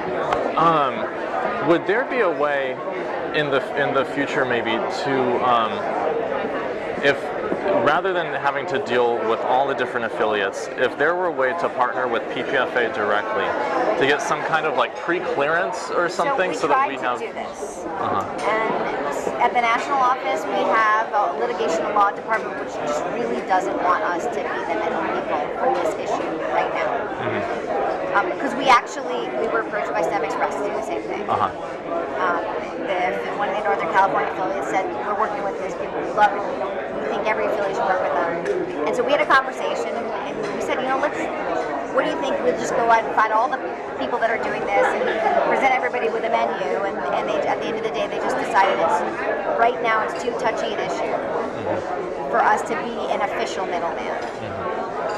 But when you say right now, do they see a future? Right now, the way the Supreme Court looks, I don't think it looks very good. Okay. If you talk to my litigation and law folks, anything that's going to go to the Supreme Court right now, we are all losers. And there's also there's a cycle, right? There's the time of the year. Anything that's going to be heard by the Supreme Court, we usually know by April. So then after April, it's okay to talk because we don't want to incite anybody to bring anything up to that level. So we're in a pretty crappy time right now. We just heard Hobby Lobby. We knew we were going to lose Hobby Lobby. We knew we were going to lose the buffer zone case. Unless the composition of the Supreme Court changes anytime soon, we don't really want to be raising eyebrows. But I will tell you that behind closed doors, these conversations are happening with the affiliates. So and your presence, in the future sometime, yes, this is something we need to continue to have this conversation because this is something we're always reevaluating. And as I mentioned, affiliates want to do this, our patients want to do this, and we just don't feel like it's the right decision at the right time. Right. The timing is not right. Hopefully we'll feel better. Maybe we'll feel better after November. Maybe things will look a lot better after November. I'm not so sure. I'm hoping. Otherwise I might move to Canada. I can do my work from Vancouver just as well as I do it from Los Angeles. I was just there for ICCR. It's a beautiful place. It is a beautiful place. It is a beautiful place. They have wineries, they have farms, they have local produce, very outdoorsy. We have a lot of snow in the winter, but I'll survive. I'll come down to Southern California to my house. But yeah, we've asked, and it's just not something we can commit to right now. But that doesn't mean that we're not continuing to have these conversations, and we're not continuing to provide opportunities for our affiliates to connect. So I really do. I think that you guys being there in Miami is important, not just for Planned Parenthood, but for all the academic sites. So the forum, the meeting that you would be exhibiting at is a partnership between Planned Parenthood and Society of Family Planning. Society of Family Planning is essentially every training program that trains abortion providers in the country is at that meeting. So this means you're going to have people that are going to be going out and doing this in their private practice. They're going to be going out and doing it in independent clinics, or they're going to be coming to do it with a Planned Parenthood. So with the exception of some of the more cowboyish independent providers who we love and we're trying to support, this is where everybody is. This is a win-win. And it may work on the flip side. There might be people there that want to partner with you to procure tissue for them. Right, and that's what I was thinking when you said academics. Yeah, so there's going to be people from all of the sites, Pitt, Harvard, name a program, they're going to be there. WashU, OHSU, University of Washington. Georgetown probably has no interest in you because they're Georgetown, but Washington, University of Maryland. We have 23 really strong sites and many, many other sites around the country. So it's a meeting with a lot of academics who really believe in what you do, and I think you'll also make good contacts. I mean, you've got Matt, who's got the independent provider side. You've got me, that's got the PP side. And hopefully you can make some strong academic contacts also to kind of keep that moving. You know, a place like UCSF, I don't know that there are many other academic sites that have the volume and the support in UCSF. They're kind of an anomaly. Yeah. And a giant. They are saturated though, as that was the word Dr. Dry used. She said their volume is saturated with being committed to their local researchers right there. What about Cook County? Have you connected with Ashleisha Patel in Cook County? Where's Cook County? Is it Chicago? The largest family planning provider in the Midwest, Cook County Hospital. Really? Stroger Hospital. It's a hospital. It's not an outpatient clinic. It's just It's a hospital. And what is it called? Cook County. Ashleisha Patel is the family planning program director. Put her on my list. Thank you. And what's their limit? It's 24. 24. 20 or 24. Do they ditch? Yeah, they did. How late? 20. Most people 20. start Most people do. Most people start 20 or 22. So that's not a PPFA national policy though, right? Because PPFA national policy. Yeah, if New York is not using it, then The PPFA national policy is you must comply with the federal abortion ban. There are a variety of ways to do that. In fact, you can't do it before 20 weeks. And there are affiliates that start at 20, there are affiliates that start at 22, and there are affiliates that don't use it at all. New York City doesn't do it at all. I don't know if you've spoken to them. no, I haven't spoken to them. New York City always, is what PPLA is on the West Coast, New York City is on the East Coast. They don't use it. So you would have up to 24 weeks. The other thing is their volume is probably as big, if not bigger. They do procedures Tuesday through Saturday. Yeah. And this is the type of setting where they'll check to see what the dilation is. If it's not enough, they'll do another set and have to come back the next day because they do it 4 or 5 days in a row. So there you have probably the best opportunity outside of UCSF to get those larger cases. But Cook County is fabulous in the Midwest and it's central, Chicago. You get 2 airports. Right. Plenty of opportunities there. Yeah. I know that we want to get established somewhere local initially just to have that it's just more stable, it's kind of a sustainability issue. I'm just trying to think of a way to get good volume in California. Right. I would love to. If we could sit down and have the same conversation with Orange County, or I don't know if PP Orange is more tied to their group or PPLA is more tied to Novogenics, who has the stronger. I don't think anybody's tied to anybody. Yeah. I think the problem with PPLA right now is they're still going through leadership change. Oh, really? So I don't think anything's going to change anytime soon. You guys just aren't in a position to do those kinds of. We have an interim medical director. We don't have an ongoing medical director right now, and so they're just not in the position to make any big shifts until a new senior management is kind of settled in. I'll definitely let you know when there's a new medical director that's on board. Orange, I just don't know. I get the feeling that they were like, we're good, so I just didn't push it. But can you find out who the company is that they're working with? Because especially if it's not a procurement organization, but it's just a biotech lab that happens in Orange County. Somebody in Irvine. Then because there's a lot of those in Irvine. So that I didn't mean to interrupt you. I'm sorry. No. I'll ask them, but and I'll also push Jennifer Russo to your table. Who She's is their that? medical director at Orange Jennifer County. Russo. I'll make sure she goes. You guys connect with her. Because that's have the conversation. She could probably share much more than I have any idea. I can ask her what I can ask her, but I don't know what I'm asking her about. Because that's that makes a huge difference if they're only just there's a particular lab local that they're working with. I'm sure that lab doesn't have the kind of volume where they need all of their second try cases, every time. I would be surprised unless it's UC Irvine that they're working with, directly. I don't even know. And like I said, the Novogenics thing came about before they've had 3 medical directors since the last medical director resigned, and she set that up, and just nothing has been stable enough to even reevaluate that relationship. They're just kind of Three like, medical directors.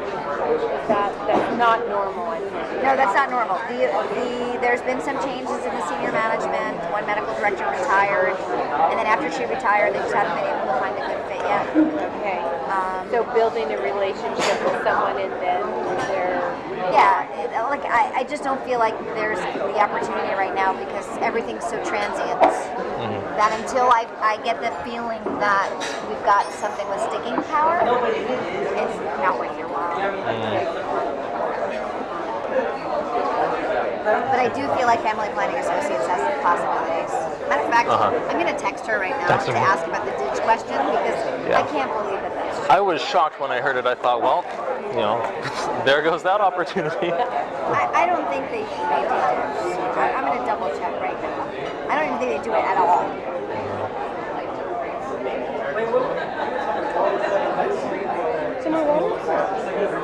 Yeah, I thought to myself, they must be really concerned about like, I don't know, sheriff in Bakersfield or something. Yeah, right. I would be shocked. And she's usually pretty quick, but she might be with patients. But let's see. Of course.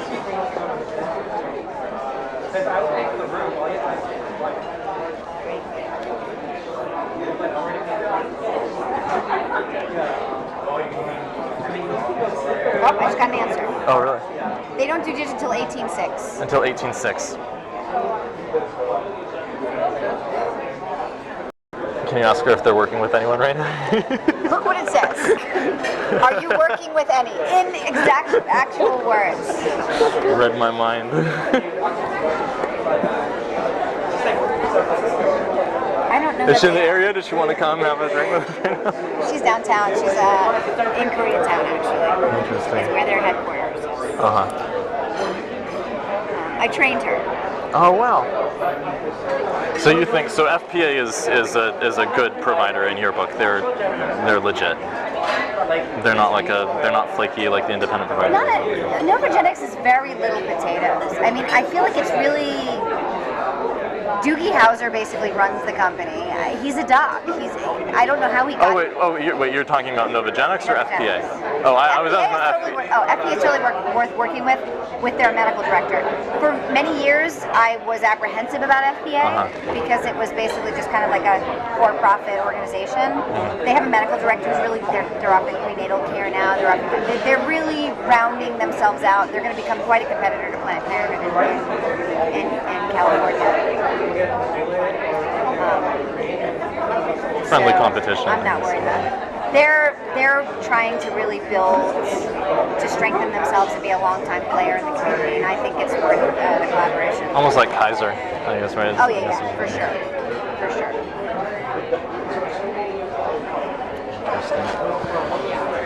So if we can offer to a given affiliate that we'll take care of everything, the consenting, the collection, we don't even need an extra room. We really just need 3 feet of space in the path lab in the back with a light and everything to do that. Which we already have set up. You just have to. Right. Is that are there affiliates that would just donate the tissue for free, or? Probably. Yeah. I mean, really, the guidance is this is not something you should be making an exorbitant amount of money on. So is that the PPFA guidance? Or? Yes. Our goal, like I said, is to give patients the option without impacting our bottom line. The messaging is this should not be seen as some new revenue stream because that is not what it is. That seems like it would be, and correct me if I'm wrong, it seems like it would be such an easy thing to run no matter how much Well, but at the end of the day, you still need to have the paperwork to back it up because we are under a microscope like you would. But your loss in some areas must be so much that can be shown to, I don't know. I understand. If you were to look at it in the big picture, yes. But nobody looks at it in the big picture. They look at it with their blinders on. Okay. So I'm just trying to brainstorm it. Because I think offering some people not only to have just offsetting their cost in other areas, see the potential for that, besides the potential for the patient. I'm still going down that road, even though I understand what you're saying. This cannot be seen as you're doing this for profit. No affiliation would mean anything that's not like reasonable and customary. This is not. Nobody should be selling tissue. That's just not the goal here. Right. And I never see that as, I don't look at us that way. We're not selling tissue. We're selling the possibility of what the research can offer. I think we all agree with you. Yes. That's just not the perception, sadly. I mean, and researchers are paying for procurement. They're not paying for. Yeah, no. You're not buying a brain. You're buying a procurement service. Exactly. No. And at the end of the day, it's all just sitting there, and it's all just going to be wasted otherwise. Yeah. And it's that's what it is. It's a waste otherwise. Yeah. It's a complete and total waste. Yeah. I mean, obviously, I work in a private clinic where if the patients want to take their remains with them and have them cremated, they can do that. Right? So that's not a waste. But at the end of the day, if it's just being sent off to Stericycle or some other company, Yeah. I can't imagine there isn't Gonna rot in the anybody- ground, right? or it could, You could actually grow in have a an culture impact. dish and actually. And have an impact. But I mean, I understand. There's so many different ethical levels involved, and people have very strong feelings, and everyone's entitled to their opinion. But at the end of the day, I'm just trying to make the most people happy Right. and do the most good. I mean, and to be mindful, oftentimes there was Lisa Harris gave a very interesting presentation on this at the NAF meeting. How oftentimes ethics or conscience, oftentimes stigma masquerades as ethics or conscience. Oh, yes. And so again, like you said, if people are looking at organ and tissue procurement services and looking at that with blinders on as opposed to seeing the big picture, why are you looking at it with the blinders to begin with, right? That's that's a manifestation. That's a manifestation of your own prejudices and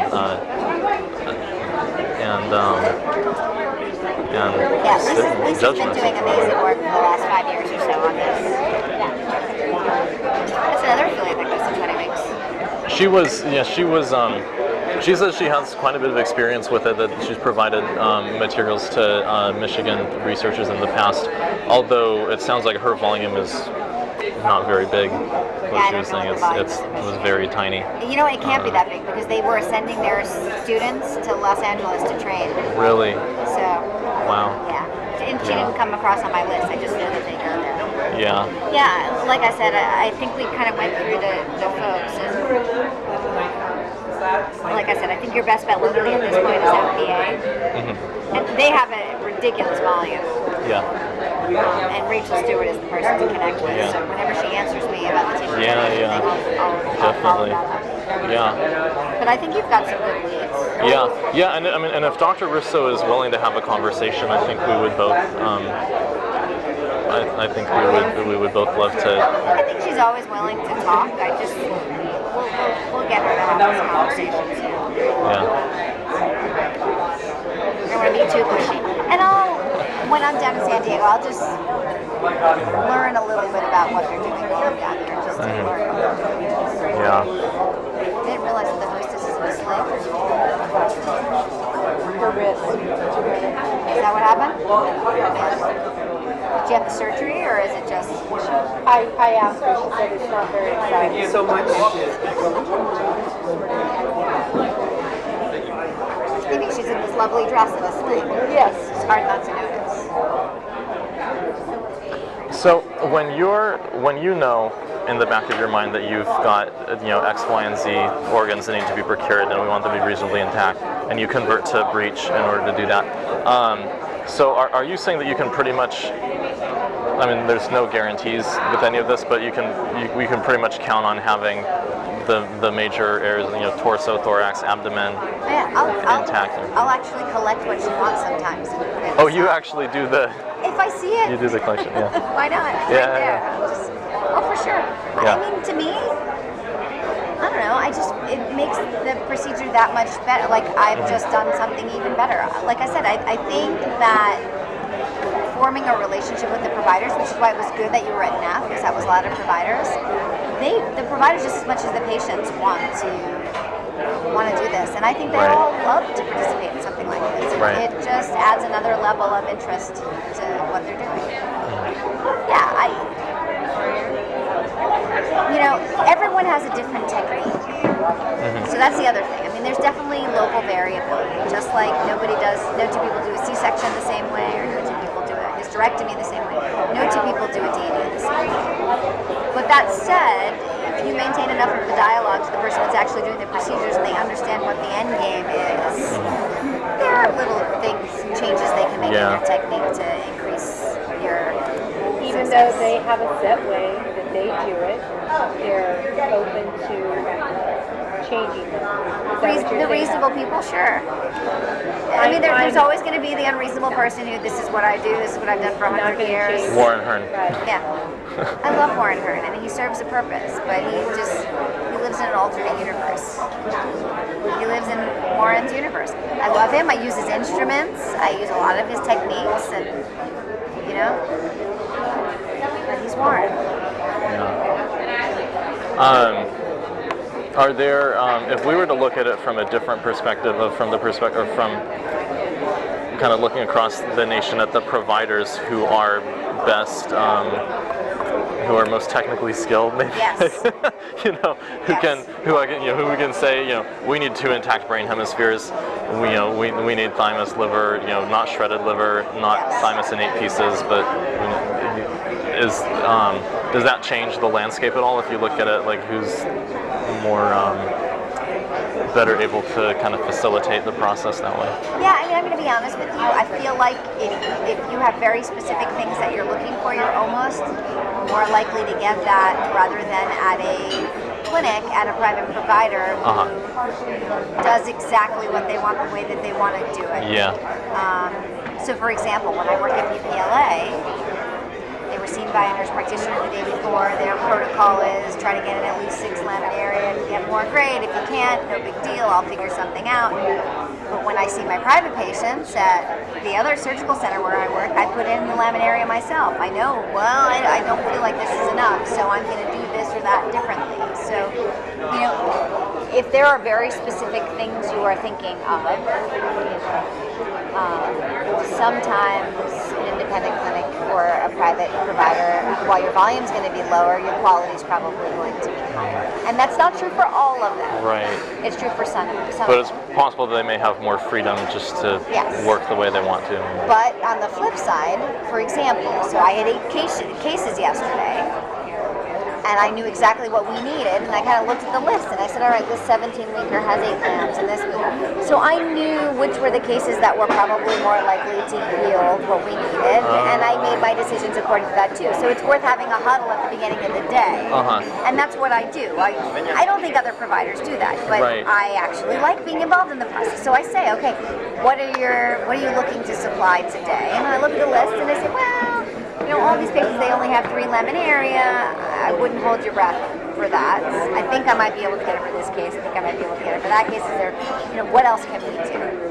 But it's worth having that conversation. That's why I say the providers are important. Yeah. Most of the conversations you're going to have, I was going to say at the NAF meeting, there's kind of 2 different crowds. And I feel like a lot of the people that go to the NAF meeting are actually the owners of the independent clinics, and that might be who was coming to your table. But there's also the 2nd trimester providers meeting, and that's where you heard Lisa talk. Those are the folks who do just the cases that are going to yield the tissue that you want. So, there should be a way, and maybe Matt can figure this out, that you guys can establish a relationship with just those providers to just tap into those providers, because there's not a lot of us. Right. That's the conversation to have.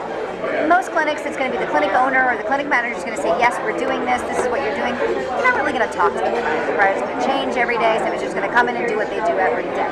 If you can establish a relationship with the providers, that would be great. Maybe when you work with an affiliate, once or twice a year they have a providers meeting, maybe you say, I don't know if you ever have a meeting with your providers, but we'd love to just come and introduce ourselves and just let them know about what we do, and that's who those people are in the tissue lab when they're wondering what that person is in the corner, and maybe you just forge that relationship to make the quality a little bit better.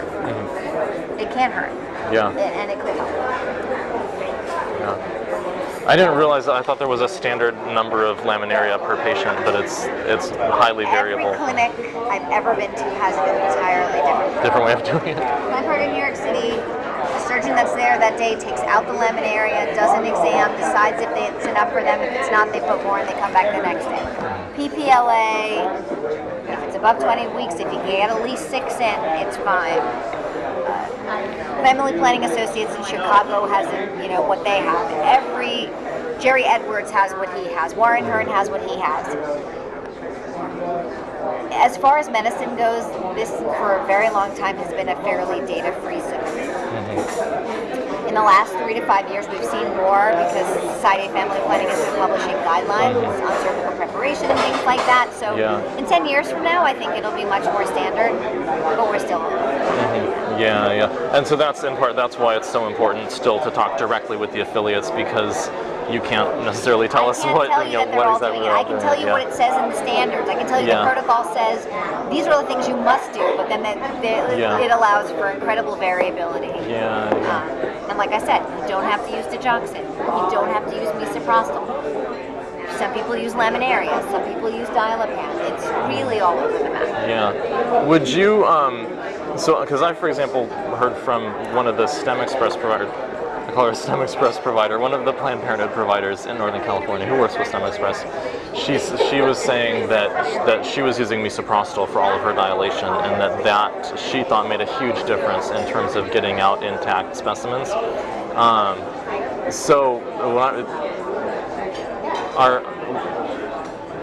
Can we make a request like that with or maybe more realistically, say digoxin? If we're working with somebody who is who diges at 20 weeks, and we're like, someone really needs 22-week thymus. Can we hold the dig for 2 weeks on that one? So let me tell you an interesting story. So there's not a lot of clear data on digoxin. Providers who use digoxin use it for one of two reasons. There is a group of people who just use it so that they have no risk of violating the federal abortion ban. If you induce a demise before you do the procedure, nobody's going to say you did a live, whatever the federal government calls it, a partial birth abortion. It's not a medical term. It doesn't exist in reality. So some people use it to avoid providing a partial birth abortion. Others do it because they actually think it makes the tissue softer and it makes it safer and easier to do the procedure. Is there data for either of these? No. Because number one, the federal abortion ban is a law, and laws are up to interpretation. So there are some people who interpret it as its intent. So if I say on day one I do not intend to do this, what ultimately happens doesn't matter because I didn't intend to do this on day one, so I'm complying with the law. There are other people that say, well, if you induce demise, it doesn't matter.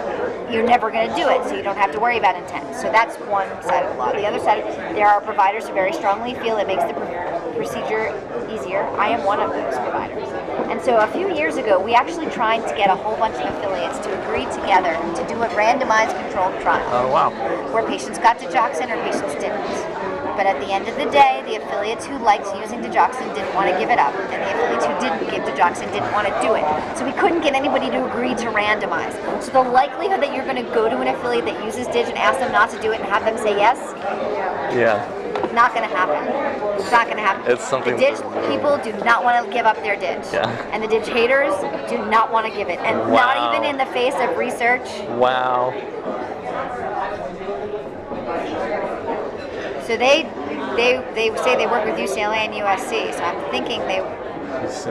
UCLA is Novogenics. That's where they're based. So I'm thinking they have Novogenics, which doesn't surprise me because Dr. Stewart sometimes fills in at PPLA, so she probably works with Novogenics. I asked if she has a procurement company. But so the likelihood that you're going to get somebody to not give DIG, it's low. Yeah. You're either going to partner with somebody that never uses DIG, or you're not going to have a choice. Yeah, that's something that they're really set in their ways with, basically. It's not a... Yeah, and until there's more data, I just don't see it changing it. Like I said, I tried for more than a year to get people to agree to do, look, this is research, this is a randomized controlled trial. They were willing to randomize everything else. They were not willing to give up their digoxin or give their digoxin. It's just, it's amazing that something that has such little data has such strong feelings. So it sounds like even with data, the emotions would win out. Yeah, What they prefer. I don't know. I don't think we're ever Really? going to get data. The data, I would love good data. The problem is the data that there is right now is wishy-washy. The data is, yes, providers could tell if the DIG worked or not. So they could tell if there was demise. Did that translate to anything at the end of the day? I don't know. Do they subjectively see it as easy? Yes, but that's subjectively. Does it change the procedure? Does it make it safer or easier? Are we ever going to get the volume that we need to show that? The incidence of complications is so low, you would need tens of thousands of cases to show a difference in complications. So we're probably never going to show a difference in complications. The third difference is, does the patient experience it differently? And there's only one study that really looked at this well, and looked at it in a small number of patients and showed supposedly that nausea was higher in the patients that got DIG. But they didn't measure the nausea at different parts, so you didn't know what the nausea was really from. Was it nausea from the laminary insertion? Was it from the DIG injection? Was it from just being pregnant? So the people who are anti-DIG generally say it doesn't give you any benefit and it just increases nausea. I don't see nausea as a negative. I think most of these patients are experiencing nausea already. And I can tell you I've been able to complete procedures that I know I would not have been able to complete if there wasn't DIG. But again, I don't have a randomized controlled trial to back that up. I don't know. Maybe we'll get there. We have been able to slowly get there with randomized controlled trials around cervical dilation. So I don't know if you guys have ever spoken to Lisa Goldberg. Lisa Goldberg is at the Brigham, and she's also a Planned Parenthood League of Massachusetts, but she just got a grant to do a very large randomized controlled trial looking at what dilation is best, what techniques work. Does adding misoprostol make a difference, things like that. I think it makes a difference. And so maybe after, a few more years of success doing these large randomized controlled trials on dilation, somebody will be able to do it on digoxin again. But there's just a lot of people that just want to avoid any problem, and if there's a fetal demise, you don't have to worry about, intent, federal abortion ban, or anything else. So, like I said, if you want no DIG, your options right now are like UCSF and Planned Parenthood of New York City, and that's it. And the reason it's Planned Parenthood of New York City is because they all trained at UCSF. Oh. So it's like the UCSF school. Wow. Yeah. They're, That's to my interesting. knowledge, the only people that don't use DIG above 20 or 22 weeks. So it's going to be hard to get those bigger cases. Like I said, New York City is worth going for, and I don't know that they partner with anybody. So, I don't know what the feasibility of that is for you, but to me, that, other than UCSF, is the largest site of 20 to 24-week cases that have not gotten feticide. And I know because I'm a provider there, too. So, I practice in both places. My subjective experience, it's easier with DIG. Interesting. The other thing that might be interesting to learn is that there are some affiliates who are interested. So genetic abnormalities. Do you guys ever collect tissue in patients? Once or twice, when there's a specific project going on with that stuff. And even certain genetic mutations are interesting not for harmful abnormalities, but beneficial, like for HIV. Long story, we don't have to get into. Because there are affiliates that do cases higher than they normally would because they have genetic abnormalities. For we fetal don't know medications. if you would accept that tissue. Yeah. So most to know. more than 9 times out of 10, 95 times out of 100, stem cell researchers want normal, healthy tissue because we're looking at therapeutic applications for That's what I example, figured. I mean, but you're going to develop a cell line. You don't want it to have exactly, yeah. But every so often. Before I went to medical school, I did cell culture. Oh, okay. Yeah. It's heart muscle though. Yeah. No, but yeah. So you know all So, about like, I how have you a have little idea a certain about number of what's going on. passages, and then Yeah. after a certain number of passages, it's no good anymore, and you have to go source it again. And so yeah. Well, I thought people are going to develop a cell line, and there was a really interesting story in the news. You must have heard it about. Which one? There was a cell line that ended up ultimately being traced back to a patient, and the family was like suing. Yeah. Henrietta Lacks, the HeLa cells. There you yeah. go. Yeah, and so I read that, and I'm like, wow. Yeah. I'm like, Yeah. take it, do whatever you want with it. Yeah, I mean, yeah. If there's sometimes there's a specific, project that has to do with, I don't know, Down syndrome or sickle cell anemia or something very specific. So they do want something like that. But but that's definitely the rarity, especially when it comes to cell-based therapies and really the fetal cells are are getting the most action right now when it comes to translational research, which is actually trying to take things from the lab into the clinic, finding therapeutic applications that could go to market for patients the soonest. And there's some really cool stuff going on with neural progenitor cells right now, human clinical trials going on, I think stage 2 and 3 FDA clinical trials right now. So there are providers who go beyond 24 weeks. Are you working with any of them? Well, for example, Susan Robinson over in Albuquerque, they start doing digit 18 weeks. I had a great conversation with Susan at NAF because I recognized her from After Tiller, which I'd seen a year ago, which was wonderful. And so we had a great conversation, and she was saying that she had experience working with, I guess, Planned Parenthood in Fresno, or Stockton or something. She said she works at the Santa Barbara, Ventura, San Luis Obispo Clinic, and probably Marmonte and some of their further north. She'd said a couple of years ago she'd been working in like the Central Valley clinics, and they had been working with STEM Express at the time, and that she thought it was so fascinating to watch the tech work and all the parts, of course. So she said it's wonderful. I've done it before. We'd love to do it, but we start doing dig at 18 weeks in New Mexico, and I think they are already working with somebody too for the or maybe with the university there. I don't know. There's some kind of something, but again, the really extreme or later cases, that's again not. There's really kind of the standard that researchers are looking for right now, I would say, is roughly between 16 and 22 weeks. I think that's kind of where everybody's focused on right now. Now maybe some of that is artificial because there just aren't that many places to get, 24 and later, and so that's why nobody's using later gestational tissue. I don't know. It's a result of the supply that's there, not actually. So she's not working with anybody. She's just working on individual studies once in a while when it happens. That's, I asked her if they're interested. Family planning for associates. FPA. Oh wow. So you might have just hit the jackpot. We might have another conversation very soon about that. Yeah, well, the reason that I mentioned that is that, there are a few sites that go to 26 or go further, and, there's a lot of Was there Planned Parenthood sites, or? Not No. yet, but there's a lot of conversation about who goes to the legal limit in their state.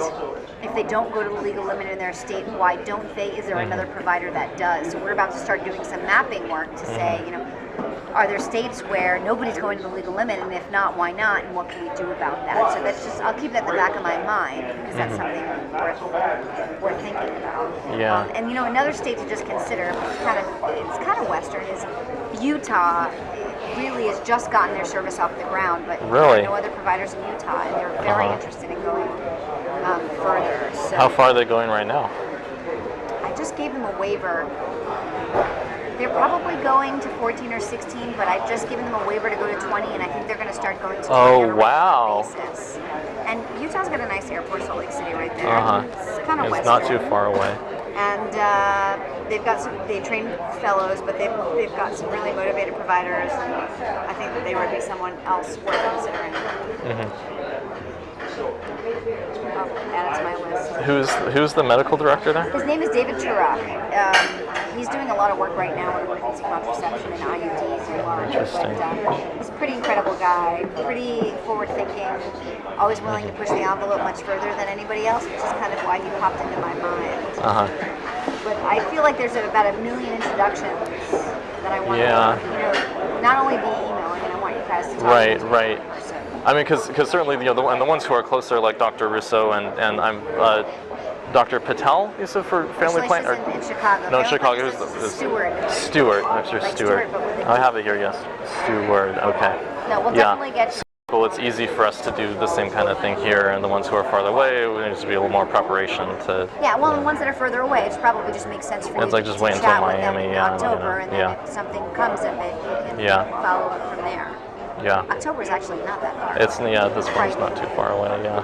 I know, No pun intended, right? For Halloween, October.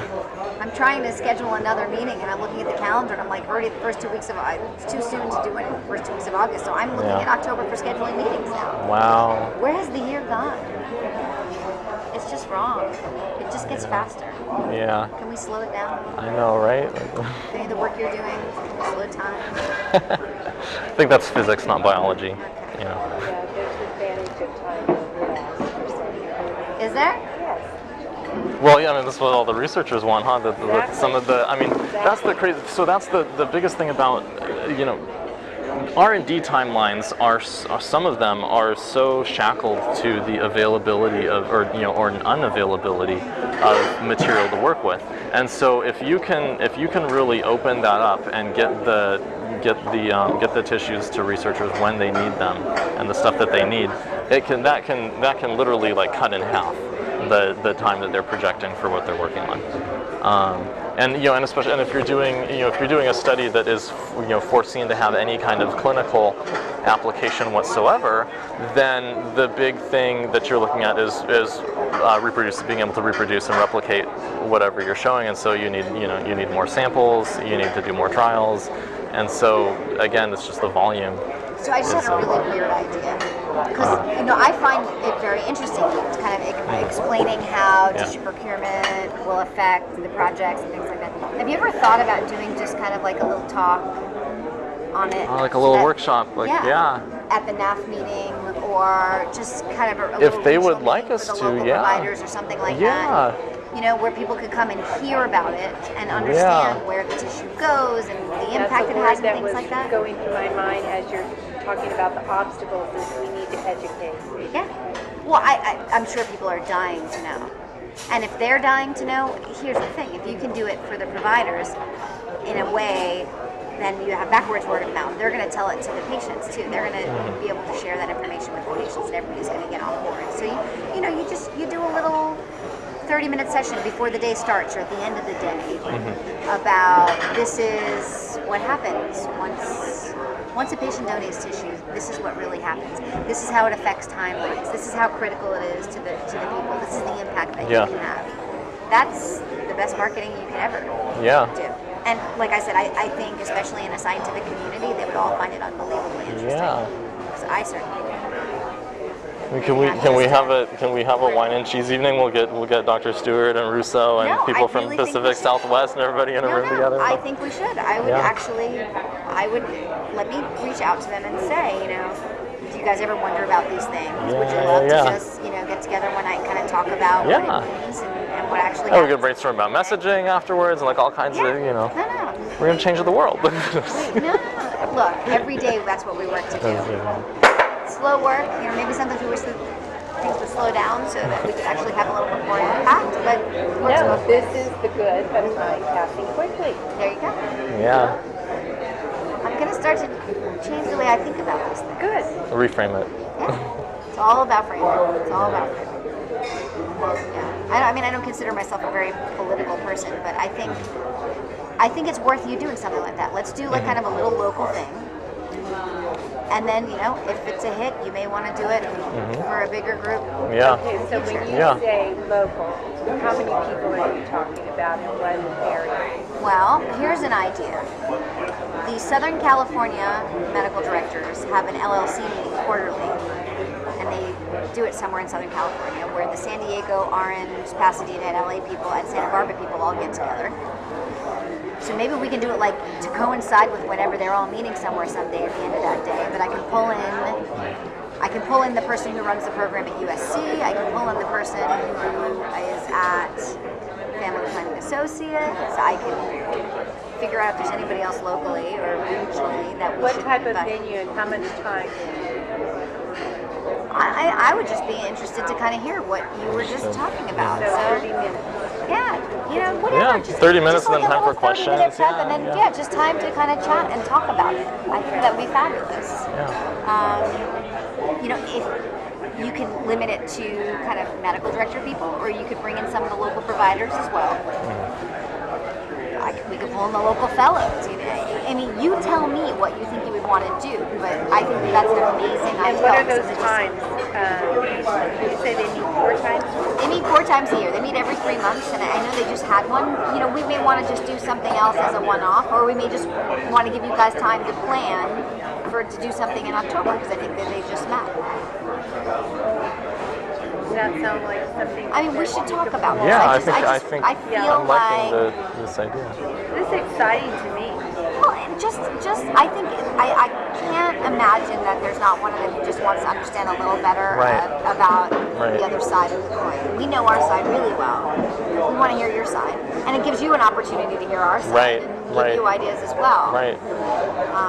But I also think it gives you can kind of test it and see what happens. Yeah. And What's you want to take the show on alert. Maybe you want to tell Matt. Or you want to do a workshop on tissue donation and just what it means. Or we want to do a little reception at the National Medical Conference and the forum or something. But I think testing it locally right here, right now, and see what comes of it is probably a good idea. yeah. And I do think it's UCLA and USC both have a fellowship program, so they have OBGYNs who are training to be providers. So maybe.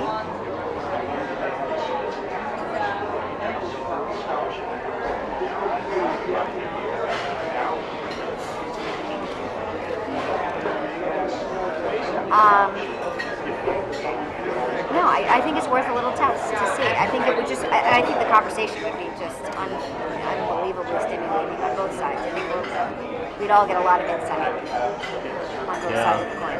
Yeah. Speaking of which, do you don't by any chance have on you like the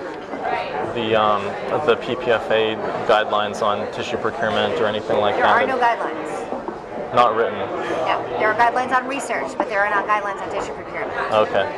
And there will never be guidelines. Oh. Just to keep it. There's no guidelines. If something qualifies as research, if the affiliate wants to participate in a particular research study, there are guidelines that how that happens.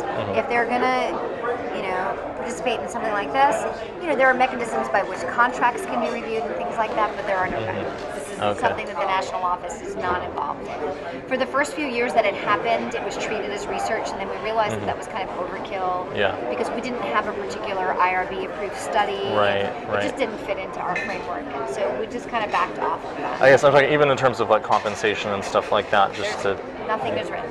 Yeah. There's nothing in stone. There's a security measure as much as anything else, I guess. Right? There's certain, if people want to ask for guidance, there is, but do we have a written policy? No. Yeah, And I can't imagine we're going to have a written policy at least anytime soon. Yeah. Yeah, no, I would agree. I think these things are kind of best handled when the atmosphere is the way it is. So that kind of thing is best handled at the local level than anywhere else. So.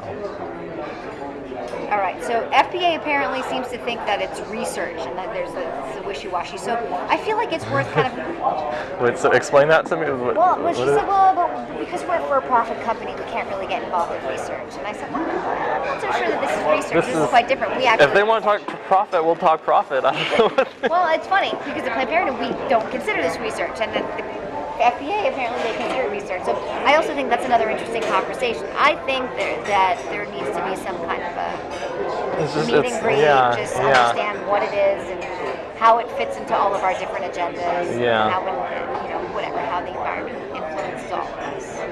I think it's worth doing, for sure. So, I think this is definitely to be continued. Definitely. Do you have anything else you wanted to talk about? Was there anything else on your agenda? Any more or picking did you we want to do? cover the...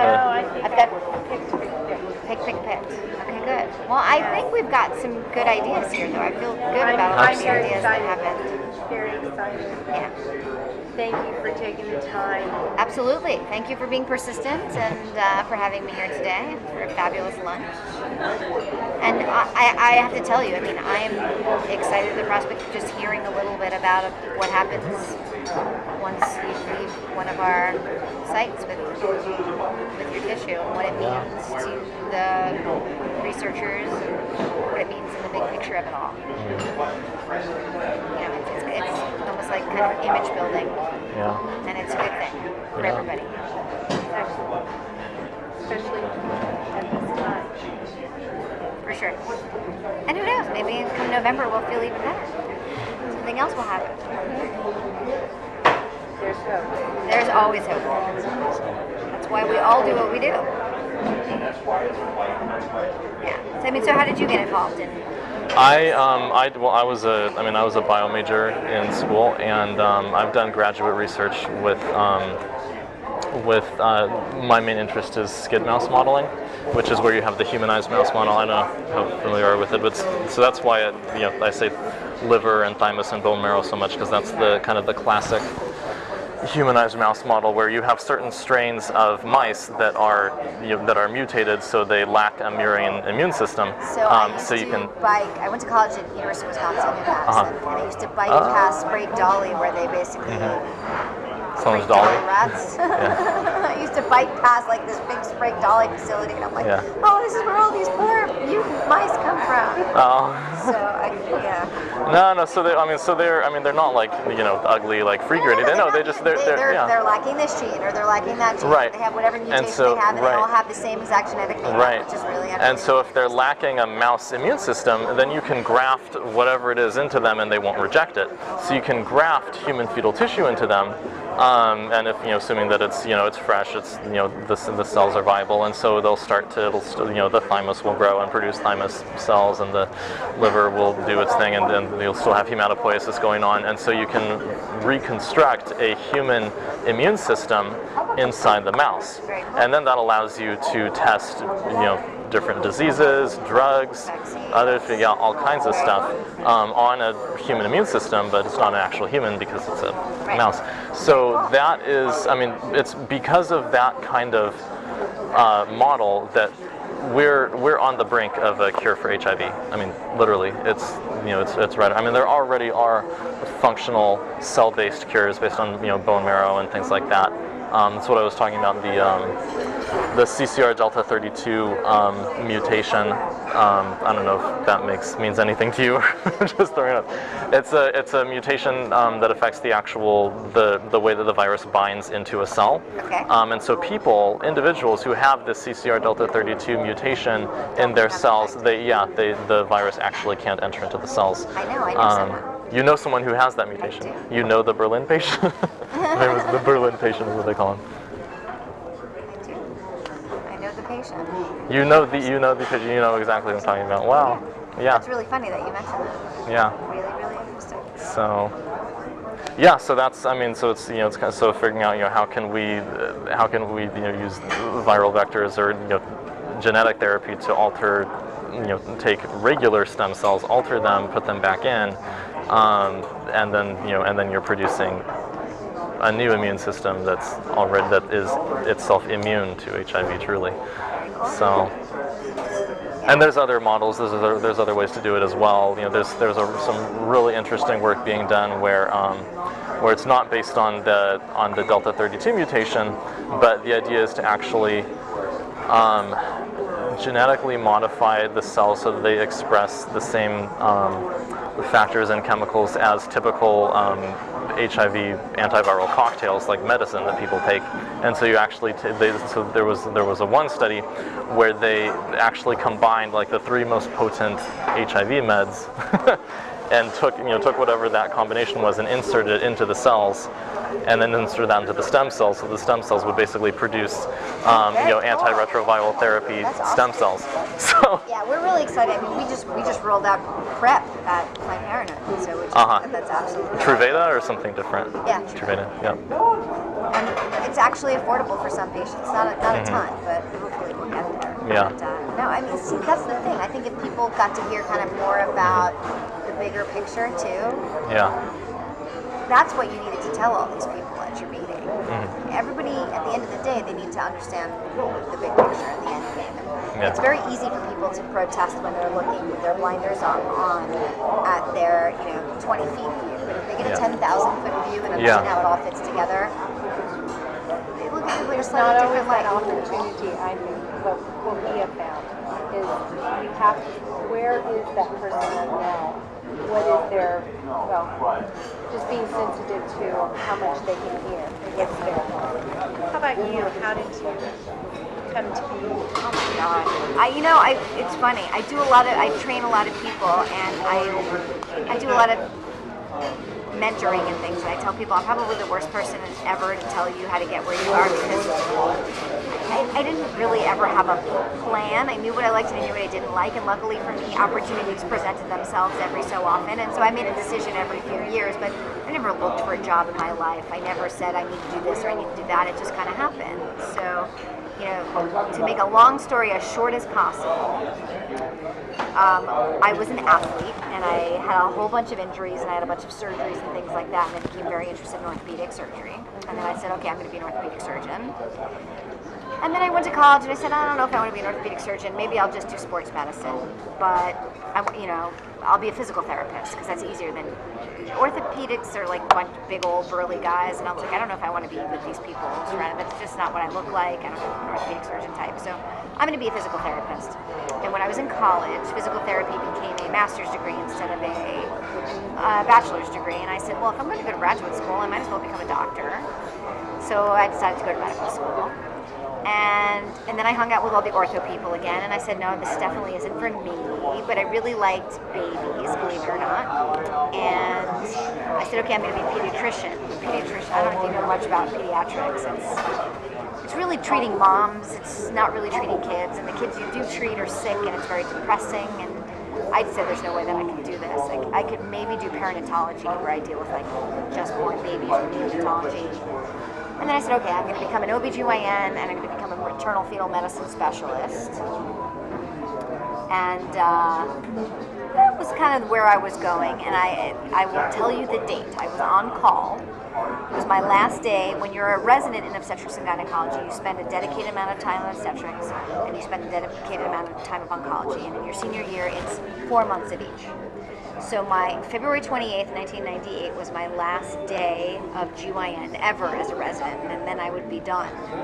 In July I would graduate, I would be an OB/GYN. And on that day there was a patient that was transferred to me from an outside clinic who had had a DNE, dilation and evacuation, late second trimester abortion, who was bleeding. And that patient was transferred to me, and she got to the hospital, and I met her in the emergency room, and I saw her, and she was as white as this napkin, and I still remember her name, I remember everything about her, and she looked up at me and she said, don't let me die, and she actually bled to death. So we did a hysterectomy in about 12 minutes, and she died, and it was very distressing and very upsetting. And I probably had a very different reaction than most people would, which was, well, I do D&Es all the time, and I don't ever have complications, and I think I'm pretty good at them. So I need to keep making sure that there are lots of people who can do these D&Es safely, so that there's not another patient like this. So that was the day I said, I'm not doing perinatology, which is high-risk OB. I'm going to do family planning, and I'm going to train other providers to do family planning.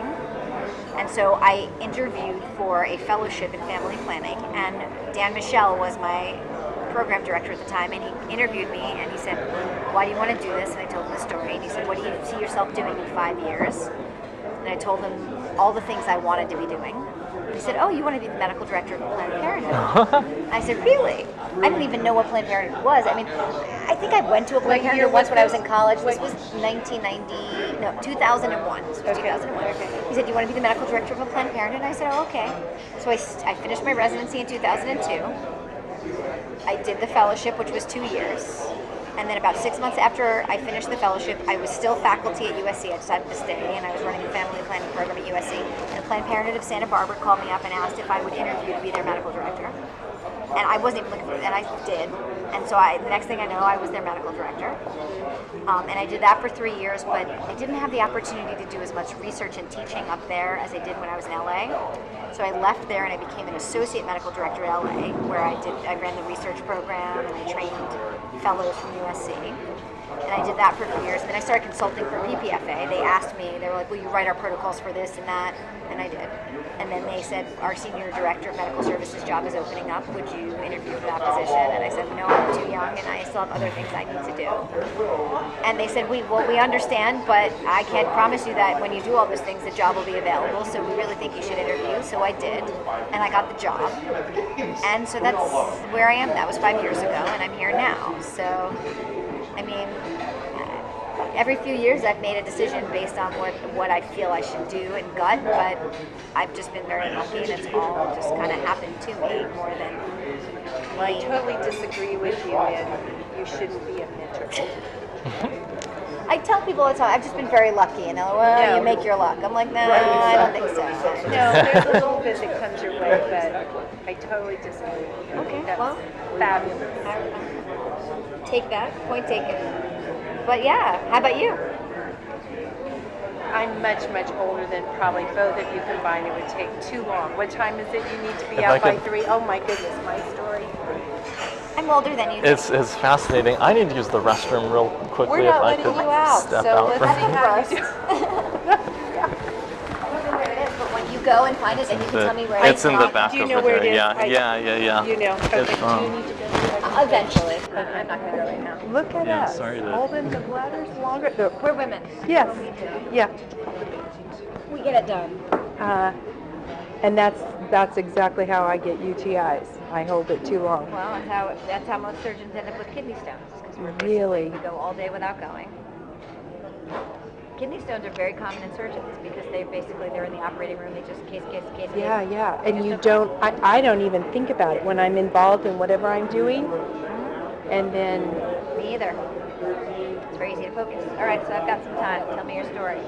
it's too long, really. Okay. It's Is there a well, Reader's okay. Digest version? Yes, Maybe the there last is. 5 years, I 10 don't do years? Reader's Digest. I think and I've accepted that I don't do Reader's Digest. I mean, that connects me. Okay, so let's try. Let me just fast forward. We can work backward.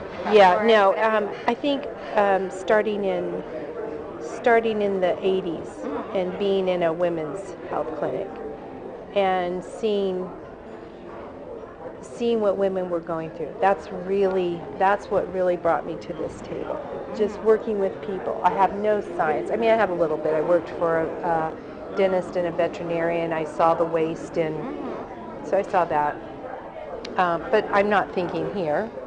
I mean, that's just Nobody that was there. plans for this. No. Me neither. So working with women, and during the 80s when it got a little scary and wanting to start my family, and so left that, but still was working with people and women. So fast forward, my niece, who's probably more than Robert into the science of it and the researchers needing tissue. And so I just saw this positive message that could be given to women that are still, I'm still years after their abortion. So I just saw the possibility of such a positive message. That's why education kept going through my mind, is we need to get the information out. So here I am doing maybe the reason I think you're absolutely wrong about not being a good mentor is because that's pretty much my story. I didn't plan, not a planner. When the opportunity arises, seize it. Mm-hmm. And that's what I saw you do. Is that right? Yeah, I mean, it pretty presents, much. Oh yeah. but you were prepared. I was prepared. I was still a little uncomfortable. I mean, I had to kind of rethink everything. And, you know, change in healthcare is constant. Change is still difficult, especially when you're not planning for it at that point. I mean, please, I haven't remodeled my house for 7 years. I desperately need to. Thought of just living through that as torture, but no, it's knowing when an opportunity that shouldn't be passed up presents itself. You know how many people that are planners and then something happens that they can't go through? And That's they can't worse. deal. Oh, Exactly. I can look, as an OBGYN, I can tell you that I can't tell you how many patients I've seen who came in with their birth plan, you know, this thick. This is how my labor and delivery is going to go, right? And then you get to one corner and it didn't go the way they wrote it on paper, and they're forced to make a decision, and it all goes to hell in a handbasket because they weren't ready to deal when they needed to deal on the spot. So, no, I agree with you. Well, no, I think there's a lot of promise. And like I said, I think we all have kind of common goals. And I think education is a good place to start for everybody. And even if that's just a conversation with people who already know.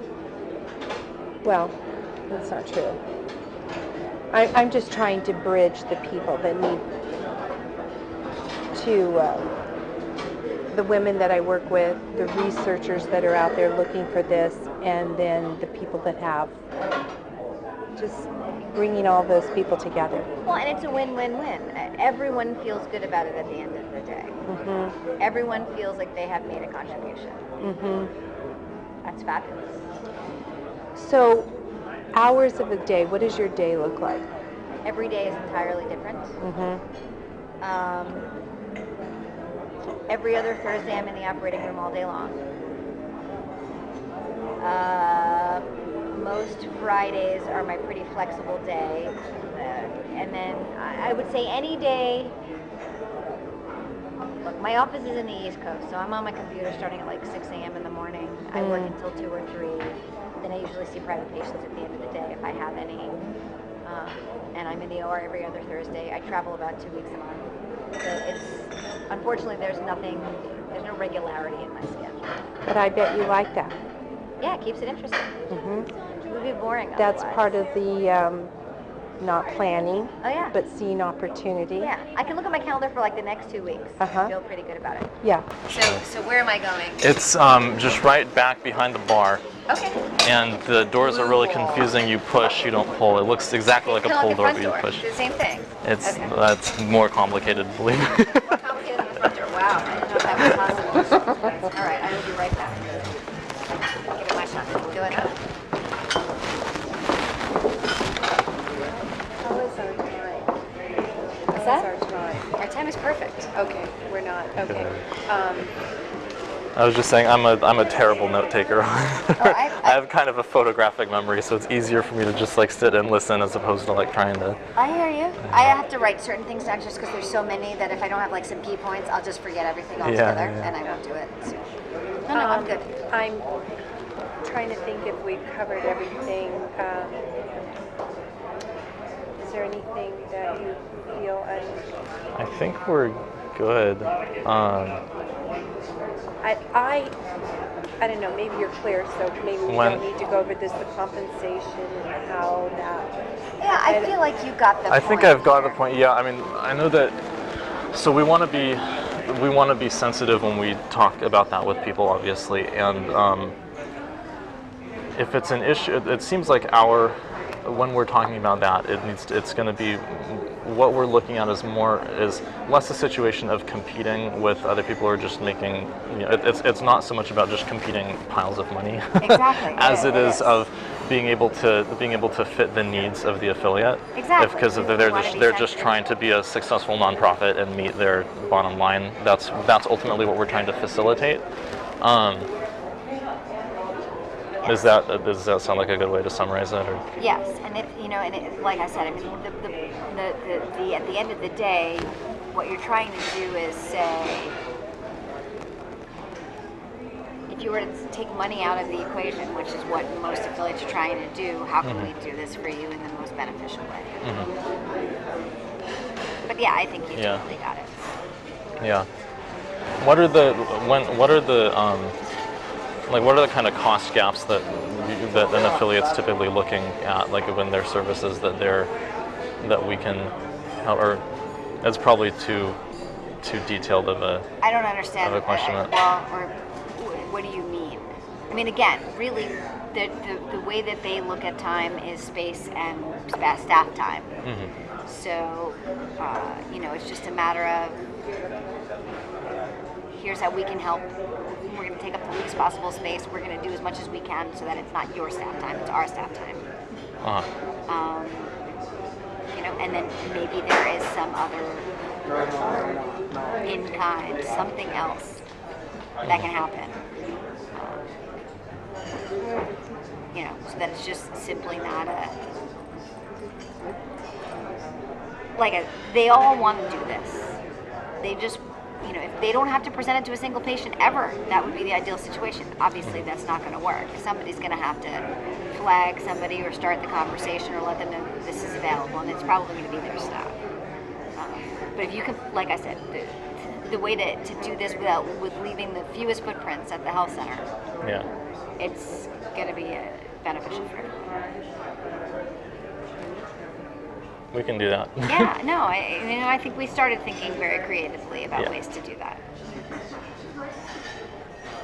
And I do think feedback is great too. I mean, sure, anybody can come and get the tissue donation and send it off. I think affiliates would like to know, we sent specimens to researchers working on this.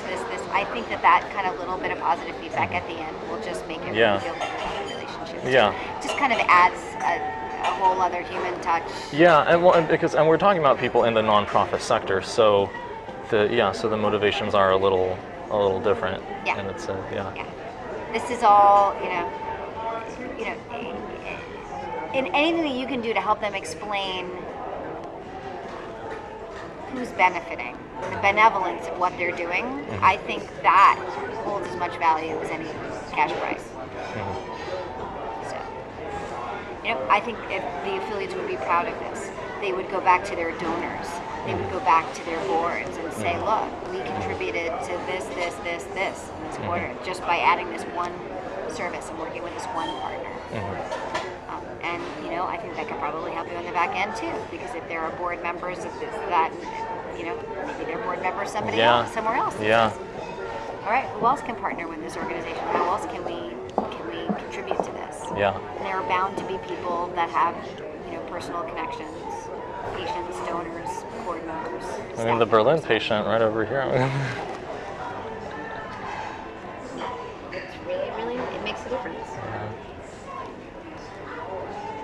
So I think perhaps the difference is affiliates are looking to benefit in very, very different ways than just dollars and cents. I mean, again, they're not going to do it in a way that costs them money. Right. They want to break even. They want to be compensated reasonably for the time and space and whatever impact that it has. But I think they're also looking for something much And bigger. 30 to 100, is going to be what we're looking at in terms of. Yeah. That's going to be that's what they'll reasonably think is going to cover I what think so. they're. Yeah. I think so. And I think, again, you're going to have to, it's funny, we do a lot of training, and we've been trying to come up, is there a way we can kind of standardize the contract and what the rate looks like? And at the end of the day, no. The line items might be the same, but at the end of the day, it's very different, because the staff member that's involved, the amount of time that it takes them, the space, it's going to be variable. Can we come up with the line item? Sure. This is what I'm going to pay you for space. This is, what I'm going to pay you for your staff time for this. It's almost the way an affiliate comes up with a research budget. Right? I need this level of staff to consent the patient. That's going to take 15 minutes. This is what they get paid for an hour plus 20%. That's how much that comes out of it. So, can you come up with a standard way to do it? Probably, but I wouldn't expect it to be the same number. Was that a PPFA project? You're trying to figure out a standard Yeah, we're contract, or- trying. So a lot of the training programs are funded by the same donors, and they came back to us and they're like, how come this affiliate costs this much to train a resident? How come this affiliate? I said, well, because that affiliate has 5 ultrasound machines in 2 rooms, and that affiliate has 1 ultrasound room in one room, and so they're losing patient revenue, and so it all has to fit into the bigger bigger picture. So. Can we come up with a template and line items and think about this creatively in a way that these are all the things we should consider? Yes. Is the number going to be the same at the end of the day for everybody? No way. Yeah. And that's just the way it is. It's just such a tapestry that we're looking at. It's just like when a patient walks into a health center in Nebraska or Los Angeles or Minnesota, it's going to be a very different cost, and it's based on the payer mix and the demand and the level of staff that are required by the state medical board and things like that. At the end of the day, the number is going to be different, but all the inputs should be exactly the same. And yeah, I mean, hey, in the perfect world, if you could find a way to help them deal with their biologic waste, pathologic waste, they would love that. But I mean, I'll do some research and figure out what the details are with getting an incinerator and what that means for. And also perhaps some of the people that you supply. I mean, everybody. Yeah, because if there's a for example, a university that just processes lots of maybe there's a university hospital and they have their own. There's all kinds of networks that this ends up opening up. So. Yeah, I mean, I know when we did research on it, we looked at, well, what are all the labs that we work with? Because these labs, we send the labs tissue, and at the end of the day, they do something with it.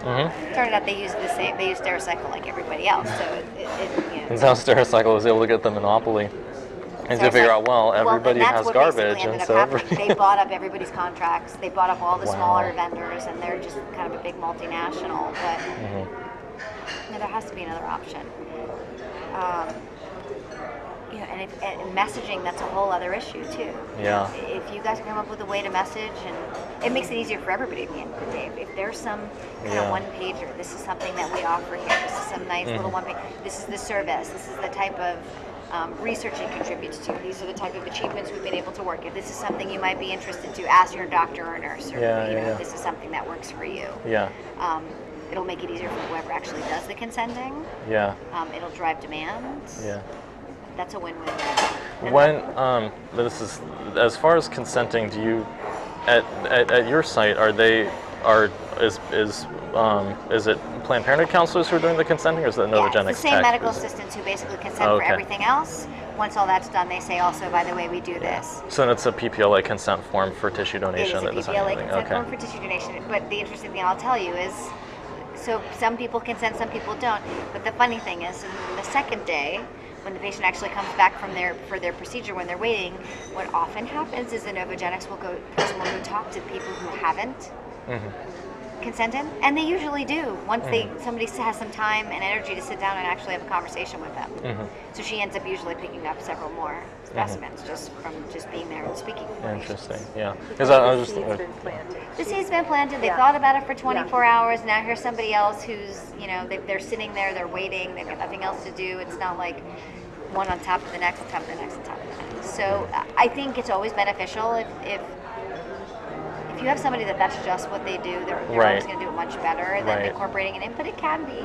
It works both ways. I was just thinking in terms of if we would end up using our own consent form, or if we would need to use the Planned Parenthood consent form. I mean, you could use whatever consent form you created, but it would still have to kind of be approved and end up being on there. And at the end of the day, it sounds like it's another thing that, again, depending on the affiliate, it's going to... Yes. Yeah. But one thing I can promise you is it won't have to go through the rigmarole of a research project, because there is precedent for this now, and affiliates know how to deal with this. Like I said before, it was a nightmare. It had to go through an IRB, not just your IRB, it had to go through an IRB for the affiliate, it had to go through the national office, it had to go through contracts and all these other things. We've totally removed ourselves from the equation, because we've said, look, this, in reality, is this tissue going to research eventually? Yes, but this is a dedicated product that adds additional risks. There's no specific protocol. We're not changing the way we provide care for the patient. This is just a decision between you and the patient, and we're not going to be involved. So is it only the affiliates that have a robust research department, like Gulf Coast, have IRBs, or? Yeah, and most of them use commercial IRBs. Most Oh, of them yeah. don't Well, I have mean, their I own think most IRB. people do. Yeah, they just use a commercial IRB, and they all know which IRB to use depending on what they're doing and how they feel about it. So, yeah. Most people hate Western IRB now. Uh-huh.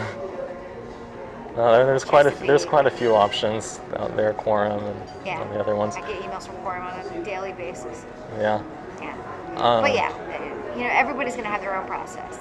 That said, most of the affiliates tend to go the higher gestational ages also tend to be the more well-developed, so there may be a little more process involved. More process involved. Yeah. But I can't speak to everybody's individual process because it's Yeah, different. yeah. Like I said, I'm gonna have a conversation with Rachel, for example. There's misperception on every level. I don't think that misperception exists in Planned Parenthood anymore because Yeah. this is a conversation we've been having for a year or so now, where people know it's not research, and yes, it's an alternative to help you come up with a way to manage your tissue, but it's not going to count for all tissue because everybody's not going to be eligible and everybody's not going to consent. You're still going to have someone else have to manage your tissue. Even if the tissue is donated, everything's Yeah. not donated. At the end of the day, it all goes somewhere. And that's all just conversations like we're having. None of that's written down or, yeah. No.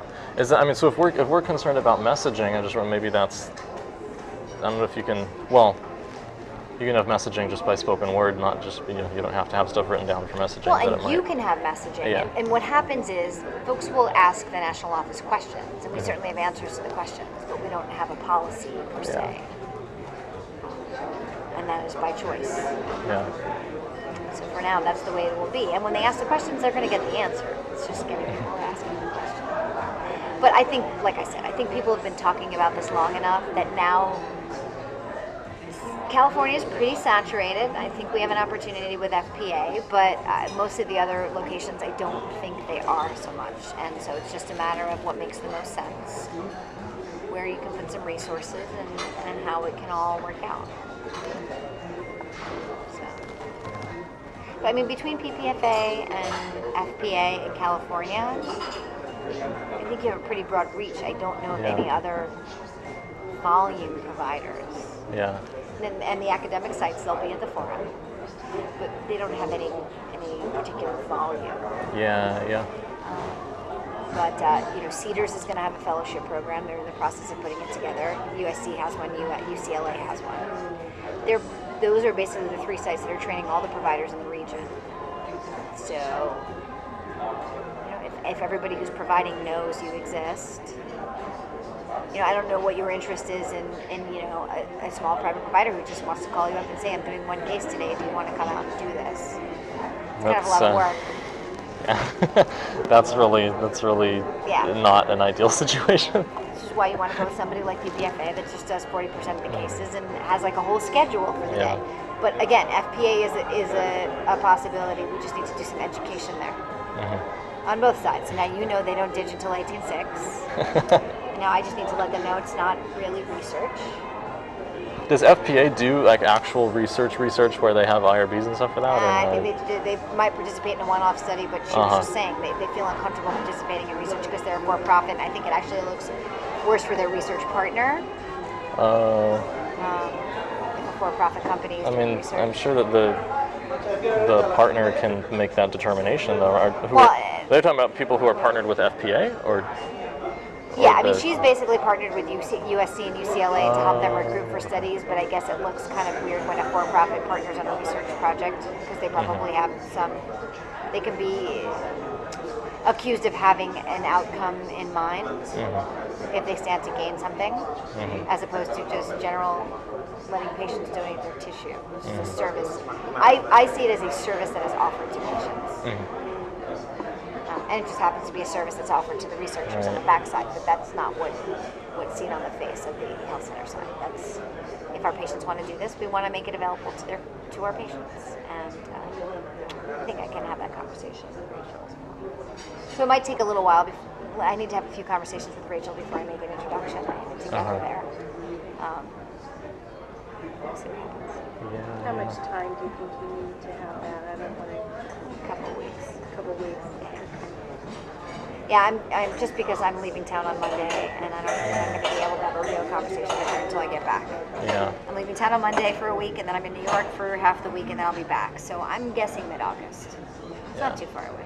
No, It's July 25th. time goes quickly.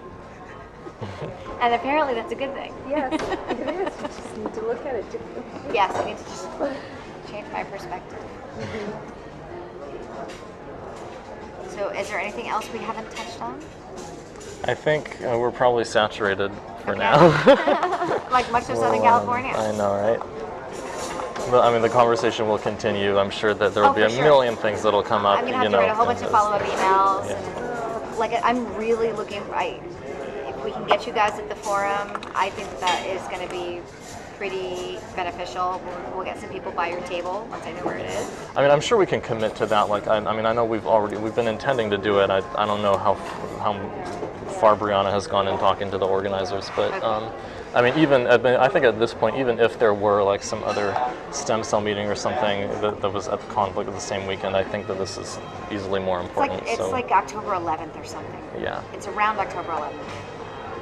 You know more than I do. I just know I have to go down there on the 9th. Probably then the 8th. Are you presenting there or speaking or anything? I run a lot of parts of the meeting, and there's pre-meetings. So it's basically 3 conferences back to back to back. So I have to go. I'm having a pre-meeting on the 9th. I have to go to the meeting on the 10th and 11th, and then the 12th and 13th, and then I have a meeting on the 14th. And I'm hoping to take a few days off to just breathe after, because it's like 6 days of no sleep. But I just go where I'm told. Yeah. But I think I'm giving 2 talks at the meeting. But it's part of a So what can we do so that this part that you're helping us with, in a couple of weeks, send a little reminder or? Yeah, I mean, I'll help send a you? follow-up email after this, just Okay. kind of to make sure that I've got my follow-up thing. Okay. I mean, like I said, I'm going to have this conversation with Rachel. I'm going to reach out to Arizona. I'll do, it'll take me a little while to figure out what Gulf Coast is doing, to figure out what Orange is doing, to figure out what San Diego is doing, to reach out to some of the folks in the East Coast, to reach out to Ashleisha in Chicago, and also reach out to Utah. And I mean, so like I said, I'm going to be at a retreat all week next week, so a lot of this stuff probably isn't going to happen until the week of the 4th, or even the week after the 4th. So why don't we check back in mid-August to figure out what's going on with you guys being at the forum, and me getting some contacts out to some people, and we can figure out where we are then. So Does that I'm sound going to good? say about August 19th. That sounds wonderful. By then I should have all the emails out. Okay. And that's right before I go to the CDC, so I have a few days to get my act together. Yeah, no, and I would love to talk more about just kind of, like you said, like a little meet and greet just even in Southern California, and talk about who you're working with and the work that they're doing, and just kind of understanding the whole process. I'm very excited at that. That sounds really good, because everybody talks about tissue donation, but it's kind of a giant black box. Kind of puts a whole face and a whole other perspective on it. And like I said, especially at the places where if it's our staff that are talking to the patients, we know what's going on. They know what's going on. Everybody knows what's going on. It just it makes it more genuine and true. Yeah. Very cool. Yeah, definitely. All right, so we will be following up, circling back in a few weeks. Yeah. This has been pretty beneficial. This was good. Yeah, thank you so much for being able to take the time Thank you for being persistent. That's what it takes with me, because I am busy and have Senior medical director. things going on at one time. So Persistent, but yeah. Okay. Excellent. Well, I am going to use the bathroom. Okay. it's just as you hook out to the right, you'll see it. Ours is closer than yours, so it's there with a big W. All right. Okay. Well, I am going to say my farewell then. All right. I'll just. So good to see you. Thank you. This was a very good meeting. I'm so glad you guys do what you do. I'll be right back. Okay. You don't want to. I'll wait here with your stuff. You want to come back here? And Okay. I will All hopefully right. see Yeah, you definitely. before Miami, but if not, I definitely want to see you in Miami. Absolutely. And I will shoot an email. All right. Thank you Thanks so so much. Drive safe.